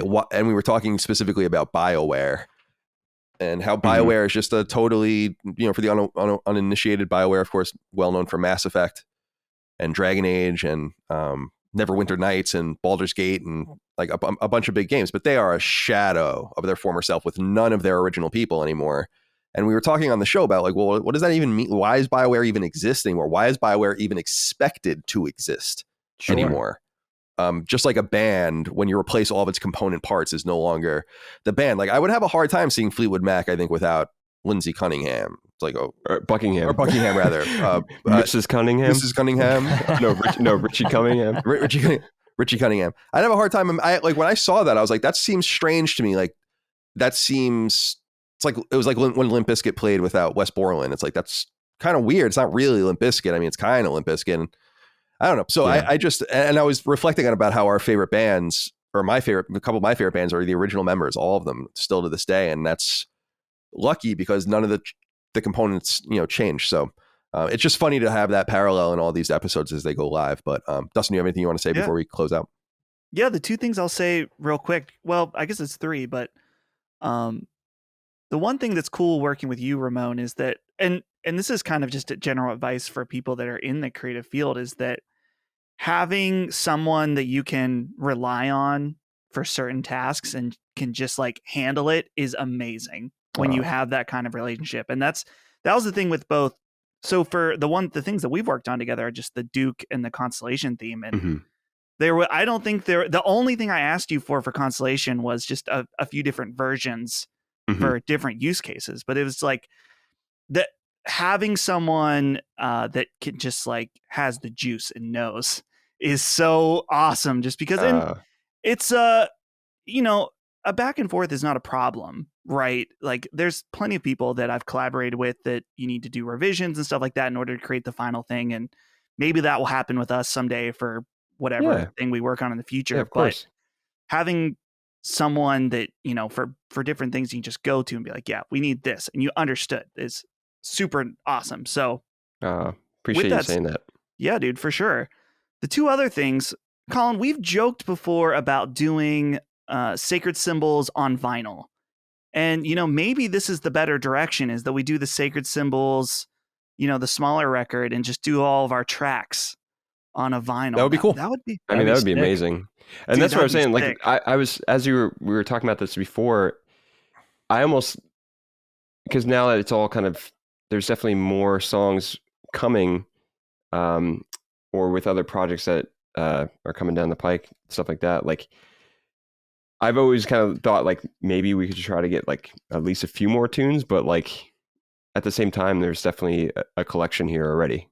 Yeah, totally. I think that would be an awesome idea. We'd have to look into that, because we do have because we've cut out the middlemen and like just go directly to manufacture whatever we need. I mean, yeah. I won't even say anything yet. I was about to spoil something major, but like, we've gone like to the nth degree to not work with middlemen anymore. And you guys will be surprised with what we're going to release soon, I think, through that. Oh, hell and yeah. so I just think that this will be a possibility for us to do in a limited run too. So we'd have to look into that and price it out and figure it out. One last thing, Colin, please. I need to make sure, and Ramon, maybe you've already seen it, but one of the, I don't even know how to describe it, special moments or things that was really, really cool for us, or at least for me, was at the last live event for Sacred 200, is that we walked out on stage to the intro of the show. And it was so, I don't know, it felt so, I gotta be honest, I was like, man, I feel like $1,000,000 right now. And I think it was because of that music. And it was so cool because I think that it wasn't only special to me, Colin, and Chris, but the audience there, even though it was just like we're playing the intro on the speakers, it added this level of energy, like, oh, this is, we're doing it, you're seeing the real show live. And that's awesome. I don't know, there's something about that when I think about that night, I think about that intro playing and being able to walk out and stuff like that. And it added a totally different element to it. So I don't know. I don't know if you ever thought about that aspect of like, oh, this being, I guess it's not being performed live, but being played live for an audience in that context was super. Oh man. Yeah, no, I mean, I think that's what it's about sometimes, just like the emotion and the memories that get evoked through music, and yeah, no, I've thought about like, especially now, I mean, this is a random idea, but it's like, with Colin playing drums now, it's like one of these live shows, it's like we just rip through all the music. That'd be cool together. Yeah. That'd be fun. Who knows that idea? Yeah, and Chris plays too. So yeah, no, and that's what I'm saying. Almost like a house band or something. That'd be fat. With a P. But Yes, hell yeah. PH. Cool. That was a fun topic. I don't know. I love music. It's like you said, Ramon. I can talk about this stuff forever as well. So, and I'm sure we will. We will. Yeah. All right. Let's go into the final topic. Just like last week, I wanted to end with a more serious topic. I thought this would be an interesting one. It's been on my mind recently, and I'm curious. I mean, it's actually on my mind a lot, always, my entire life, because I think it's like such an interesting curiosity. Which is, I'm curious what you guys think happens when you die. Like, what happens? And I'm not talking about the scientific reality of like your synapses turning off and all that. It's like, whatever. I mean, you could talk about that if you want. It sounds pretty horrifying. Actually, this is not spoiling the story, I don't think, about Dead Space remake. In fact, I'm positive it doesn't spoil the story, but so I'll give you a second to just fast forward if you don't want to know about a specific moment. But there's an actually scary moment in that game where this guy kills another guy in stasis, and he's like, which is like when you slow people down in the game, and he's like, oh, it's a slow death in stasis, like it's extra painful and like it's all fucked up when you die and when it's all time's going slow and stuff like that. And it brought up into my mind like what that person that he's talking about, just a random person, and it's not an important character, like what that's about and like what that would be like to not experience it in that time. And reminds me of some of these Black Mirror episodes about the way time can be stretched and manipulated and death and letting things go. And but overall, I was curious about what your guys' thoughts are on this idea of oblivion and how you just go away. And it's one of these things I can't grasp, but I assume it's some sort of evolutionary thing, this override switch that for most of us doesn't allows us to not get hung up on it because it's existential. Like to be a to be a self-aware being is to understand that there's a beginning and an end, and you just can't think about it. And in fact, most of us go through our lives just really not thinking about it. And then you become self-aware of it and wonder why you're not thinking about it as you march towards it. And I just think it's a very interesting, it's like the great unknown. It's one of the great complete unknowns. No one really knows the answer. We all have our suspicions and all of that, and I think our hopes. But yeah, I was just curious. Dig, let's start with you. What do you think happens when you die? This cheerful topic. Yeah. Life after, let's call it life after death. Yeah, I'm curious. I mean, listen, this is something that we're all charged with. Here's the great poetic irony of this topic. We're all put on earth. Everyone here sitting with me right now, everybody eventually listening to this, we all have to face the same inevitability. We're all going to die. It's a pretty crazy thing. Here's the irony, though. This is like an irony greater than anything Shakespeare could have ever written. And this is something that fascinates me about life in general, is that we all have to circle this topic. We're all going to have to come to this thing. And we're all going to find out the answer. And we're not going to be, but by that time, when we find out, we can't go back and tell. It's like, oh, guys, this is what, and then it's like too late, right? So this is the crazy thing. Who wrote this book, man? Who wrote this fucking crazy book that we're all going to find out the answer, the thing we're fascinated with, the thing we want to know the most. And then, but because of the nature of how life and death works, we're never going to be able to pass on the secret. The secret's never going to be handed down. And I love what you said too, Kyle, because this is something I had written down. It's so interesting to me that we were sort of we were programmed to be cognizant and aware of this, but that we don't dwell on it. Because if we dwelled on it, and maybe some people do dwell on it. Yeah, some people do, but I don't think that's the intent, of evolution. We're able to turn it off. So, I mean, in essence, I guess the functionality of that is so we can enjoy life and not have to dwell on the ending of life, right? But here's the thing about, it's just so crazy to me that, we're all going to find out the answer, but because of the nature of the way this formula works is that we're never going to be able to, like, we know so many people with the answer, but they're gone. How fucking crazy is that to think about? But here's the bigger thing for me. And Colin and I have had this discussion before. I'm not sure what knockback topic it was on, or maybe we were just kind of chopping it up before a show. But the idea of oblivion just doesn't speak to my sensibility. Like, the fact, it does make sense to me scientifically. And that scares me even more because I could see that being the reality. But it's just the fact of there not being any hope or any light at the end of the tunnel after all this is just too cruel of a fate for me to imagine. The idea of heaven is an interesting thing because, and this transcends religious belief or cultural belief or any of that stuff. It really kind of defies what God you worship and what religion you go in for, if any. It really goes beyond that, because I think the idea of heaven in itself, heaven and hell, whatever you want to say, is such an amorphous, elusive thing. Like, really, what is it? Is it just the things you love and the places you love and the people you love all wrapped up into one? I'm not really sure. But for me, like, what takes precedence, if there was like life after death or a heaven or a paradise, would be it would be the notion of getting to spend infinity with the people that you love and you care for the most. So if there's nothing after this, the fact that we're not going to see our loved ones again is just, it's too horrific for me to even wrap my head around. Like, the fact that this is it, like, enjoy the time you're given. Once somebody's gone, they're really gone. You're not going to be with them again in quote unquote heaven. Like, that's really a hard thing for me to, quantify. I can't really wrap my head around how cruel of a reality that would be. So I like to think of heaven as just being with those people, your loved ones, all your friends and family, the people that you cherish the most in life, that you could spend out eternity, whatever that is, to wrap your head around. That for me would be the ideal situation. And I think what scares me is that it's not going to be that. It's just going to be this like eternal nothing this idea of oblivion, which is also another interesting thing, because how can people, here's the craziness of the situation. And again, whether you believe in science or whether you believe in some religion or some God or whatever, it doesn't even matter. The fact that we were put here on this rock, right? And we're smart enough and aware enough and introspective enough, intelligent enough to ask all these questions. And we evolve and we learn more. We kind of descended from, Cro-Magnon and, primordial man, and we invented fire and the wheel, and eventually technology was in the offing, and, humanity evolved. But there's certain things that we're just not given the answers to. But we're cursed with being able to ask all the questions.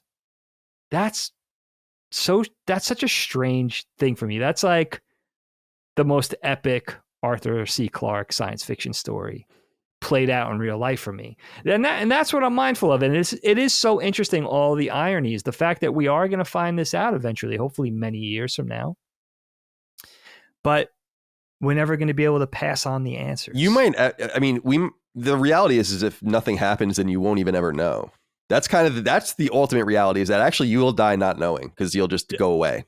That's oblivion. Right, exactly. And so it could be the darkest thing where it's like everyone actually dies without the answer. I don't know.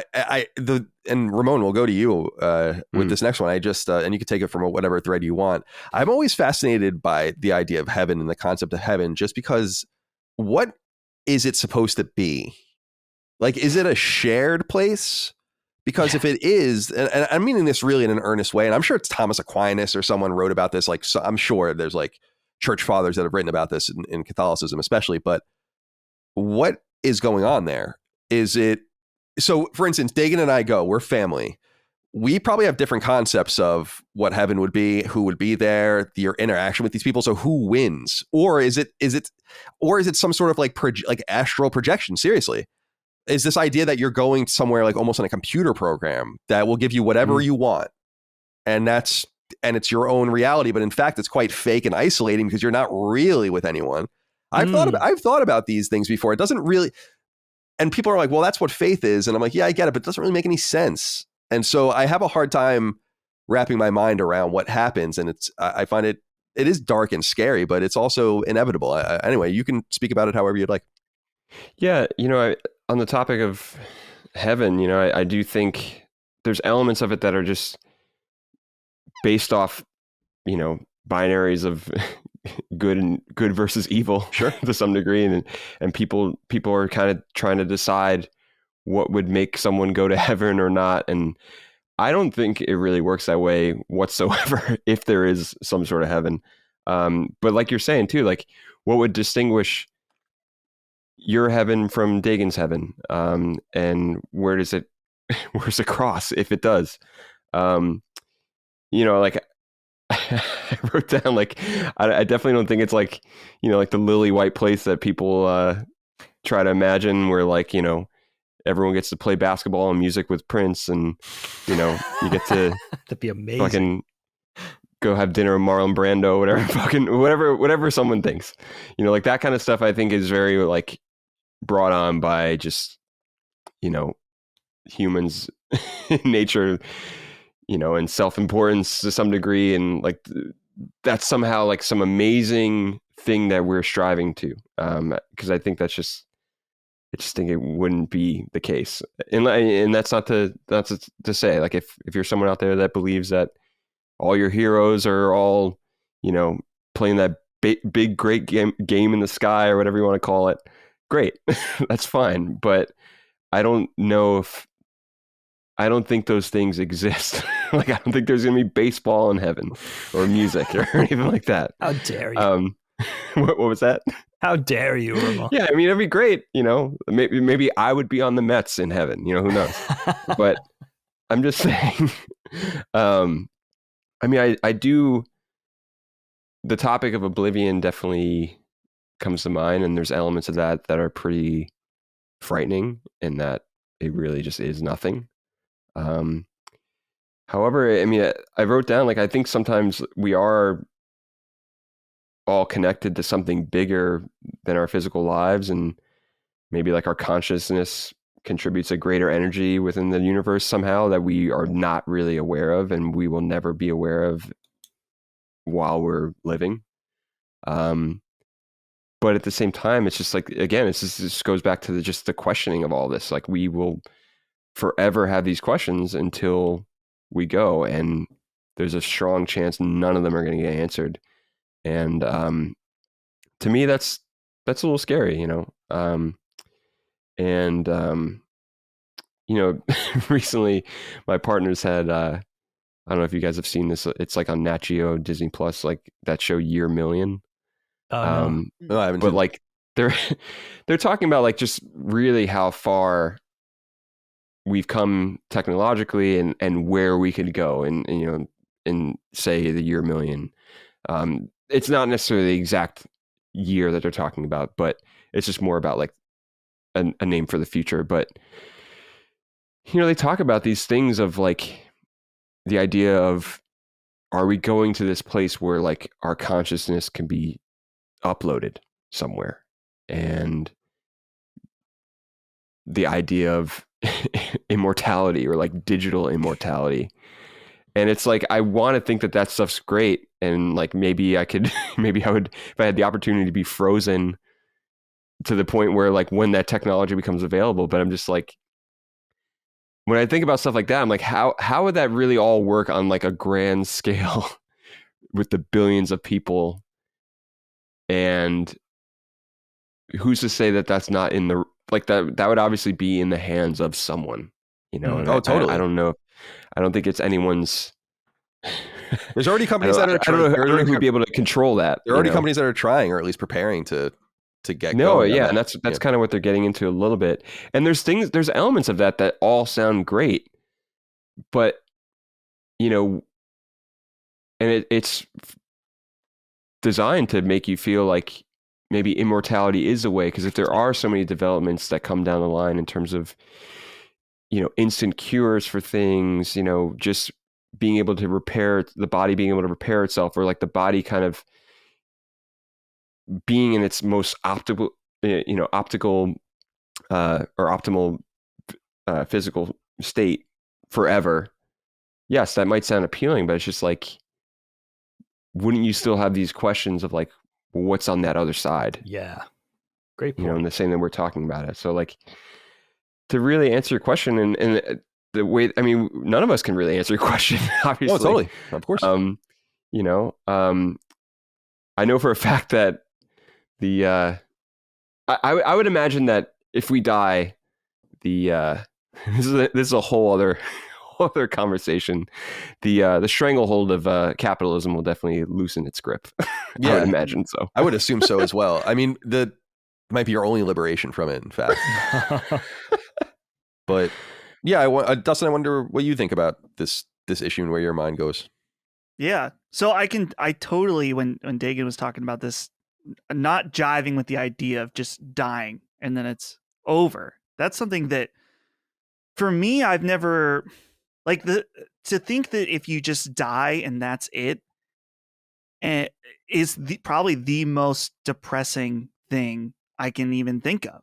That it's almost like I've wondered to the point where I believe in an afterlife, but is it because my mind refused to accept anything else? Like, is this subconscious thing? You know, I've reached at least that level of awareness about it. But so that's something that's always been in my mind. But when you get into like an afterlife and heaven and hell and stuff like that, it's like the belief in a creator has always been easy for me. Like, to me, that feels, to me, to be clear, to me, it feels obvious when you look at the vastness of the universe, the complexity within it on a micro level and in a macro level. It's just, it doesn't, I look around and I feel like I can't possibly believe that this is all by a chance. Right. But obviously, believing in a creator and having faith are two very different things. And so, yeah, I do have faith that there is an afterlife and that there is a heaven, but it's not always something I've always found it interesting thinking about people that are able to be so confident and about where they feel like they're going to go when they die. And I've always felt jealous of that in a way. And I always think it's funny when people give shit to, I mean, there's a lot of reasons to give Christian shit or any religion shit, right? But in some ways I'm like, man, it must be nice to feel like you've got it figured out. Yeah. Because I feel Conviction. like I sometimes I try really hard to believe, and sometimes it is easy, but a lot of times it's not. And I know that that's not an uncommon thing. So I do believe in an afterlife.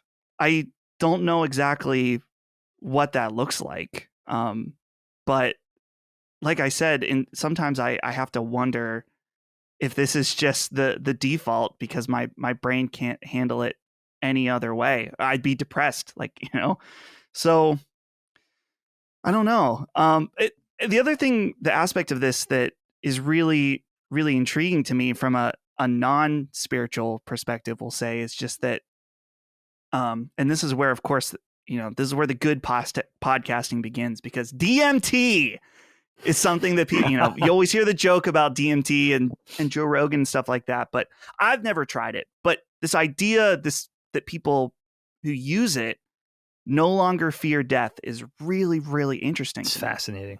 It's really fascinating. Like this idea that there's this substance that is so, it takes you out of consciousness to the point where people feel like they're dying. And it changes their perspective on this thing that pretty universally everyone is afraid of, to one degree or another, or at least you are at some point in your life. And that brings up a lot of questions for me, about what is going on in our brain and how that relates to death. And they say about like DMT is it released in your brain when you die? And that's kind of like like Colin joked about earlier, but in this, if we believe in a purely physical death, then do you kind of just fade away in this like stasis of that kind of relief from consciousness, stuff like that?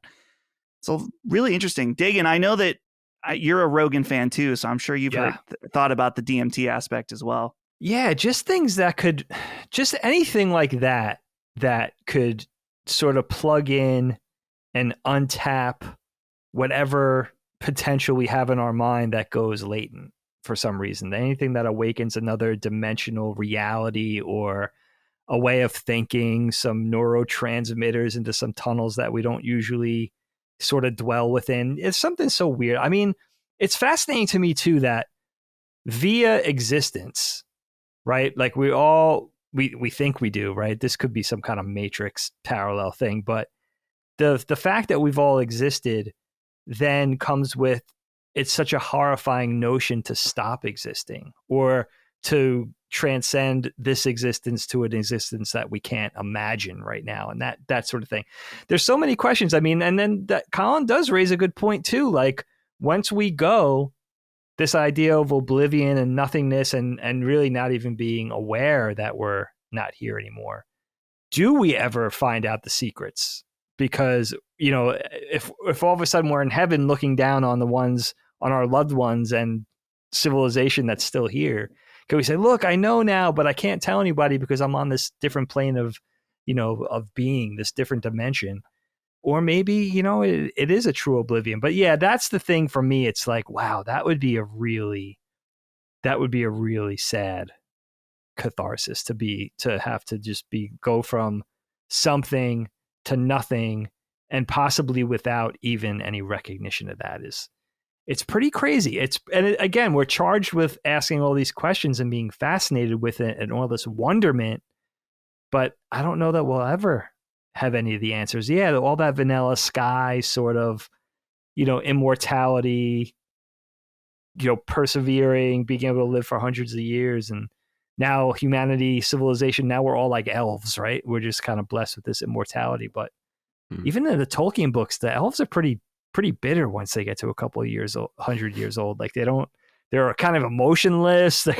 They're kind of just like shells of their former selves. So I'm not sure like everlasting life is even the answer. I just think we're so fascinated with, I think it's really the definition of humanity. Like we're going to be fascinated with the questions that we know we're never going to be privy to the answers to. You know what I mean? Like that's automatically going to capture our interest and our imaginations, and we'll never stop wondering about it. But we'll know eventually, but maybe we won't. Yeah, I think a few things. The first thing is that I've always wanted to believe that something happened in the afterlife. I've long talked about how I find atheists to be the most obnoxious people in the world, and I long called myself one. I don't call myself one anymore. I think I call myself more of like an agnostic or even a deist in some way, and I'm culturally Catholic. I've always considered myself culturally Catholic, and I want to believe in something, but it's just my mind would never let me. Like my mind is just telling me like it's not true. Like it obviously doesn't make any sense, and from my perspective or whatever, and all of these different things. But I respect people who do believe and people that are religious, and that it's just a hurdle that I can't get over, which is a problem for me, I guess, if I do want to believe in some sort of religion and some sort of God. But I also think that humans, I think there's something to what you're saying, Dustin, about this deep complexity and this kind of rhythm. The universe has rules. And it's interesting, like the rules could be arbitrary, but maybe they're not. And there could be deeper reasons as to why things work the way they are. This kind of celestial mechanical sort of like, how does everything fit together, and why do the rules break down in certain situations and all of the rest. That's why I feel like humanity's greatest charge in this era, and I think moving forward, should be finding as many answers to anything we can as possible. That's why I think that scientific inquiry, generally speaking, people make fun of like, oh, there's $10 million to study why the fucking dodo bird, and whatever. And it's like in the congressional pork, budget, and I'm like, who cares? Like, why don't we want answers to these things? We spend $1 trillion a year on war. We can't spin off some money to fucking study the salmon or something. Like, is that really that big of a deal? And in my opinion, we should endeavor to find all of the answers, big and small, that we can, and I think at great expense. We should be going into space, and everyone knows that. I feel that way, like much more. We should be expanding out as much as we can. We should be listening and looking and watching and learning, and here at home too. So in the endeavor of answers, maybe we find some rhythm or something more. There might be something more. I don't know that it's religious. I don't know that religiosity is what gets you there. Maybe that's the DMT argument that you're kind of making too, and that there's a higher plane. And I don't know. I find it fascinating. I find it, the one thing that I'll say, and I reiterate this on the show from time to time when Dagan and I are talking on Knockback, is, and I knock on wood, but it's just the honest truth, is I feel like I've been largely immune to the consequences of dealing with death. Like I haven't had to confront it yet in a major way. And the selfish part of me wants to confront it by dying before I have to confront it with anyone that I care about. And I think everyone kind of feels that way. But I feel like the existential crises that come along with that come with, like, in other words, I feel like there are unfortunately people my age and younger, certainly way younger, that have a much better formed feeling for this because they've just had to confront the question a lot as to how they get by or how they deal with it. And it's a dark idea to think that people just go away. And it's Malthusian to think that, well, we can kind of give ourselves lives forever by uploading ourselves. And Dagan and I recently talked about this idea of even splitting yourselves into multiple persons so that Colin can go do 3 different things. Like seriously, go pursue 3 different tracks. Colin the professor, Colin the video game guy, Colin the whatever, landscaper. Yeah. And and could you merge those realities and or could those experiences be useful? And I don't know. The idea of optional death is very appealing to me, and that should be, I think, like a singular chase of humanity, because then people can kind of tap in and out as they will. And I think that's controlling life, I think, is about as close to God as we'll get. And but then the answer is that if I upload my brain to the cloud and then I download it into a new fleshy body in the future, is it really me? And the answer is I have no fucking idea. Yeah, sci-fi becomes sci-fi. That's funny, Colin, because I was thinking about this idea, like if you could live forever, if we figure out a way through science to do that, would you do it? And like my gut reaction instantly is no. Like, absolutely not. Or even the idea of like trying to extend through uploading consciousness or whatever. I'm like, I just feel like you hear so often about, if you are blessed enough to live into old age, it's like most people are ready to go at that point, which I think that's kind of one of the most beautiful aspects of life. And that's not always the case, but it is often the case. And to me, it feels like you're messing with something that shouldn't be messed with. The core of who we are, you know what I mean? As far as like, this is how it is. We've already done a really good job at extending how long people live. And I think that is been mostly positive, but I don't know. It feels like a step too far for me. I mean, it is true that it is scary. I have this, I think Dagan and I talked about this on an episode where, and I don't know if you have any feelings on this, Ramon, is this idea of, we don't even know what consciousness is, and we don't know how you can actually interact with it, and if you can kind of encapsulate it and take it and put it somewhere. But let's assume all those things actually happen and you're able to do it with very little pain or problem. I don't mind the idea of living forever from this perspective of just being like, wake me up every so often and ask me if I want to kind of like beam into a body. Be like, this is happening, this, all these things happen since you slept. Like, we discovered this, and then we have an answer to this, and then be like, all right, I want to check that out. And then I go do it, and then I beam myself back up and just go back to sleep. Kind of being like a time traveler. It's almost like traveling near the speed of light away from the planet and then coming back, and many thousands of years would have passed, even though little time would have passed for you, because it's all relative. So I don't know. I don't mind it is a little Black Mirror-ish, like thinking about forever, but this idea of cluing in and out is not so scary to me. Dude, I think I like that idea in terms of just like when you're saying like, hey, what's going on? This is what's happening. Like, imagine if there's like triggers, right? Like a presidential assassination, just as an example. And it's like that trigger wakes you up.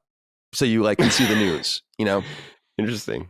Yeah. I mean, something like that, I think I could be down with it. I mean, there also is the element of, this is the idea of life being suffering, and there's the element of maybe we really are not designed to take on it and live forever in that regard. Like, I just can't imagine like in this, again, not to make it a capitalism conversation or anything like that. I just can't imagine what would I have to do for thousands of years to make sure I could live under a capitalist society if we still have that, and I feel like I have no fucking idea. And unfortunately, yes, I would love to say, yes, I can be an artist. But the way art is treated under the society that we have, it's not respected in the way that it should be. Not that it also isn't entitled to anything either. I just mean, like, I don't know if I could be, like, as much as I love making things and being an artist and being a musician, do I want to do that for infinity? Totally. It reminds me of the second episode of the first season of Black Mirror, where they all are on those bikes. I don't know if you remember that episode. Oh yeah. And I won't ruin it. I won't spoil it. But that's kind of what that's about, and in my opinion. And yeah, it is interesting. Like, it's dark. It's dystopian, as we brought up earlier, like, to think about this idea. And I do think that it's entirely possible that messing with this level of, there's a scientific method to everything going on in our brains, but I think we have no grasp on it, or a very little grasp on it, compared to the way we grasp other things like organ transplants and stuff like that. And I could imagine that the attempts to do this stuff are going to drive people fucking insane. Seriously, like in really dark sci-fi ways, like absolute madness, trying to take someone's brain and then putting it in and uploading it and putting it back or anything. I think that the early subscribers to this are going to be, there's a realistic possibility that we'll find out exactly what you guys are saying, which is that we are not meant to, or at least not nearly sophisticated enough to do this yet. Yeah. It's unnatural at a certain point, Indeed. Yeah. All right. Well, I don't know. That's what, I don't know if you guys have any other strings you want to pull at. I mean, this is obviously an endlessly philosophical topic, but it's on my mind because I just love, again, I love the notion I started with, which is this idea that it's inevitable and inexorable, and we get closer and closer to it, but we've baked it down to once you can imagine there being a very paranoid generations of cavemen or something where like self-awareness became a thing, and then they were aware they were going to die, and evolution started weeding out the paranoid and scared ones so that they could live normal lives again and become self-aware and also live.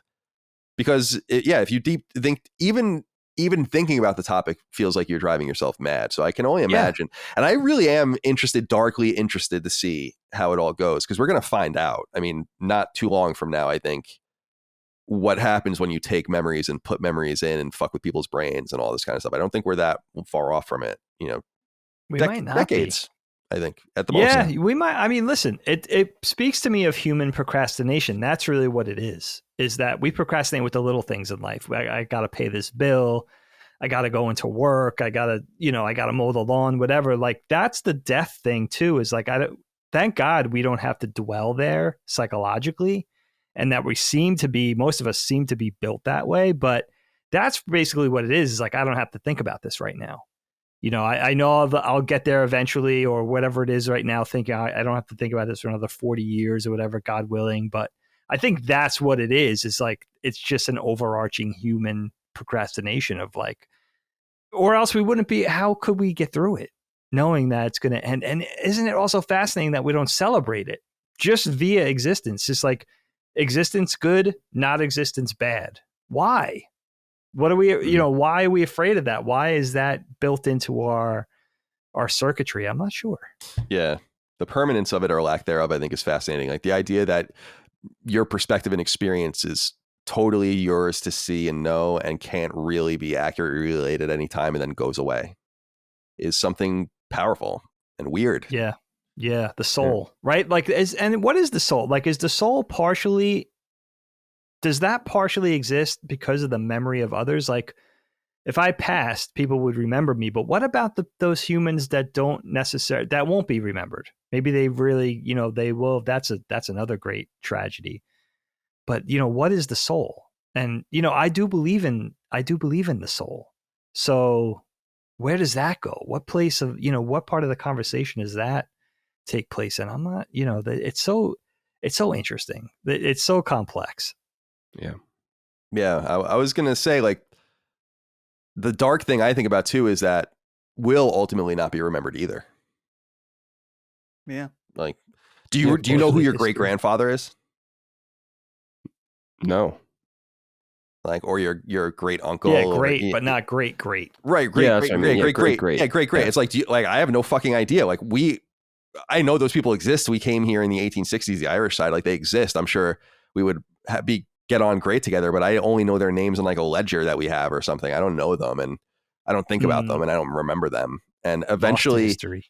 Yeah, exactly. And like, unless you're like very notable and usually notorious, unfortunately, you're not going to be remembered through the ages. And that to me that's a very dark thing. And actually one of the things I love about the internet, and it really started with Usenet and all that kind of stuff. Just on GameFAQs, these text documents I made in 2000, 2001, 2002 will theoretically, unless there's an EMP or like the internet shuts down and turns in this other thing or whatever, it will always exist.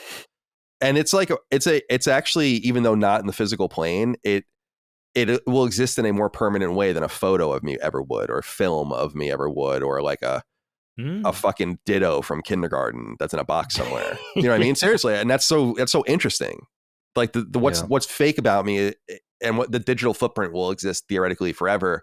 And that makes me feel somewhat permanent. If you lived in like 700 in, I don't know, Gaul or something, I don't know. No one knows who you are. I mean, that's just the reality. You could have been the best. You could have been legendary. And no one's thought about you in 1,000 years. That's really interesting. You know, I don't know. I don't know. I think about that all the time. Yeah. It makes you think about like, you know, the loose obsession people have with legacy, you know, 'cause it's just like, it does kind of steer you more into focusing on the now and, you know, the people that you have in your life now and what you're doing, and not focusing on so much like, well, what am I going to be remembered for? Because ultimately that memory is just going to stretch maybe for as long as the people that you were really close with and maybe their grandkids or whatever, depending on what it is, like you said, like notable versus notorious and the types of things people are remembered for. This actually calls back to when you guys did that Sergeant Pepper's episode. I think this got brought up to some degree in relation to the Beatles and the way that, like, how even music and artists are getting remembered in the last 30 versus the last 50 years. And it's like, what's going to have to be done for even something like the Beatles to continue on in their legacy? And obviously it's people still pushing it and people really sharing it. And that's kind of the only way. But it's like, there could be a moment where that stops. Right. That we think that, they're immortal to some degree in that, yes, like their music's really great, but we're also speaking on it from like only like one subset of culture, where like you got to think there's people in the world that don't know who the Beatles are and never will, and that's just, I only just say that in terms of like how obsessed and how influential celebrities can be, or people, notable figures or whatever. But it's just like, if it doesn't get passed down eventually, even these things that we think are these like timeless things, and granted, a lot of the, like, when I even think of something like the Beatles, there are so many timeless elements of that, and that's also just like, that has nothing to do with taste, and it's just an emotion and the way that it makes people feel. But it's like, there might be a time where people are just like, they're erased from people's memories, or everyone that was there are all gone. Many people didn't have any grandkids that they passed that on to. Culture didn't pass it on. Everything might be entirely different. That's what I'm saying. Where like, it is a really great point to think about these people. Like when you mentioned in 700, it's like, they could have been the fucking best. Like who knows what they could have done back then, but people don't remember it. Totally. And that could happen. That can happen to anything. Who's comes to mind? It's very on the nose, and unfortunately, because they're both British, but it reminds me of what we would have the evolution of, probably like something like Shakespeare, where like Shakespeare, the term Shakespearean is actually like, could be an insult today. Something old and stilted, boring, long. I mean, I love Shakespeare personally, and the timelessness of Shakespeare is the timelessness in the Beatles music. Like in this case, love stories and historical stories and tragedies. Mm-hmm. And all these different things. And so, yeah, you can imagine in a few hundred years, like the Beatles will be this relevant thing, but it would be like something you see or know or get, but has no real relevance to anything any more than Shakespeare inspires almost anything anymore. I mean, I don't know. I mean, I guess you can say you're inspired by Shakespeare, but Shakespeare is there's been so many derivatives of it that I don't know how you get to that point. It's like when people say like, this is Hamlet, and this is really Midsummer's Night Dream. And this, I'm like, yeah, okay. But it's so distant now that we're just getting to the archetypes of what these stories actually are more than anything else. Mm-hmm. So yeah, it's an interesting point. Because then you got to think about all the stuff in between from that time into now. Like, what are the other things that's, the things people are referencing on such like a micro level, where it's like, they're probably out there. There probably is another Shakespeare that unfortunately wasn't remembered in the way that he was. Yeah, his name was Elizabeth the First. Because she was Shakespeare. I don't know. That's right. That's what they said. All right. Well, anything else to add before we go? Anything else? We've been going for 3 hours, so I don't want to hold everyone hostage. Are we all set? Yeah, I'm feeling good. Everyone have something to think about this weekend? Good. Yeah, it's so great to talk with you guys and see you. Yeah, likewise, man. We have to have you on the show again soon. And obviously, I mean, we've just begun our time together here over the next couple of days, but yeah. No. I almost like envision now. It's like now I'm just gonna be locked into this room for the rest of the weekend. Yeah, you just stay there with the anime figures. Yeah, with all your anime figures. Yeah, I love you in that with that background. It's hysterical to me. It's so good. Oh my dude! Every time, I don't know why. It's just like in the last couple of years. I mean, anytime someone mentions anime, I think about there's like this. I can't remember if I showed Colin, but there was this video of a few years ago. It was like Barack Obama visited Japan, and he's like in the beginning talking about he's like. All the things that he's like all the things Japan's known for, and he's like karate, and anime and manga and karaoke. So like anytime I hear anime, it's just like in the back of my mind, I'm like, anime. That would have been deeply racist from anyone else but Barack Obama saying he got away with it. It's like I always used to make fun of Barack Obama because, and I've said this before, but I always got so annoyed how he would say Pakistan because he would say it like with the proper inflection, but he would say no other words with the proper local inflection of those words. So he'd be like, and we need to talk to our partners in Sri Lanka, India, and Pakistan. You know, like, why are you saying it like that? Holy shit. Yeah. Singled them out. Weirdo. That's funny, man. Yeah, no, it's just, that's like, it's like when people talk about that whole, you know, what lives in your mind rent free, that's something that comes to my mind. I don't know why. I love him saying anime. Anime. And karaoke. An interesting man. Dag, closing comments from you.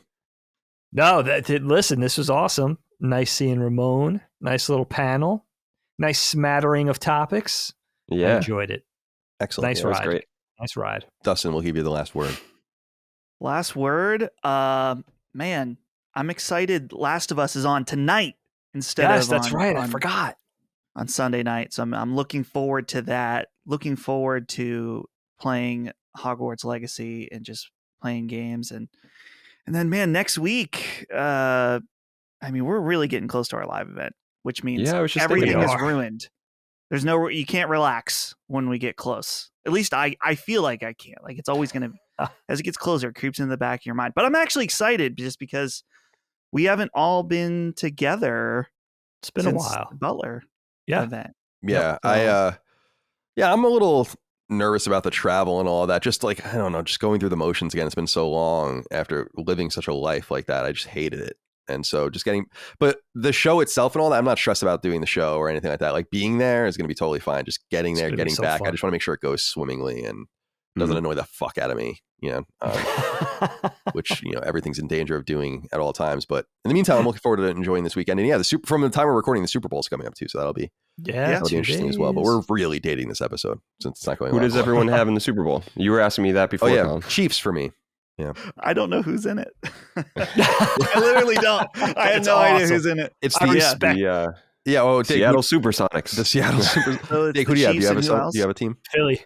Oh yeah, that makes sense. Of course. Oh, yeah, I have to say the Chiefs because I'm not much of a football fan, but I grew up a Giants fan, so yeah, you don't want to. Yeah, I totally understand that. The Eagles ever. Yeah, I picked the Chiefs just because I like Patrick Mahomes, and he already won one Super Bowl, and I think winning the second Super Bowl is a really important step in solidifying your career because there are a lot of one Super Bowl kind of guys like Drew Brees or Aaron Rodgers or something like that where they're awesome, but people are like, eh.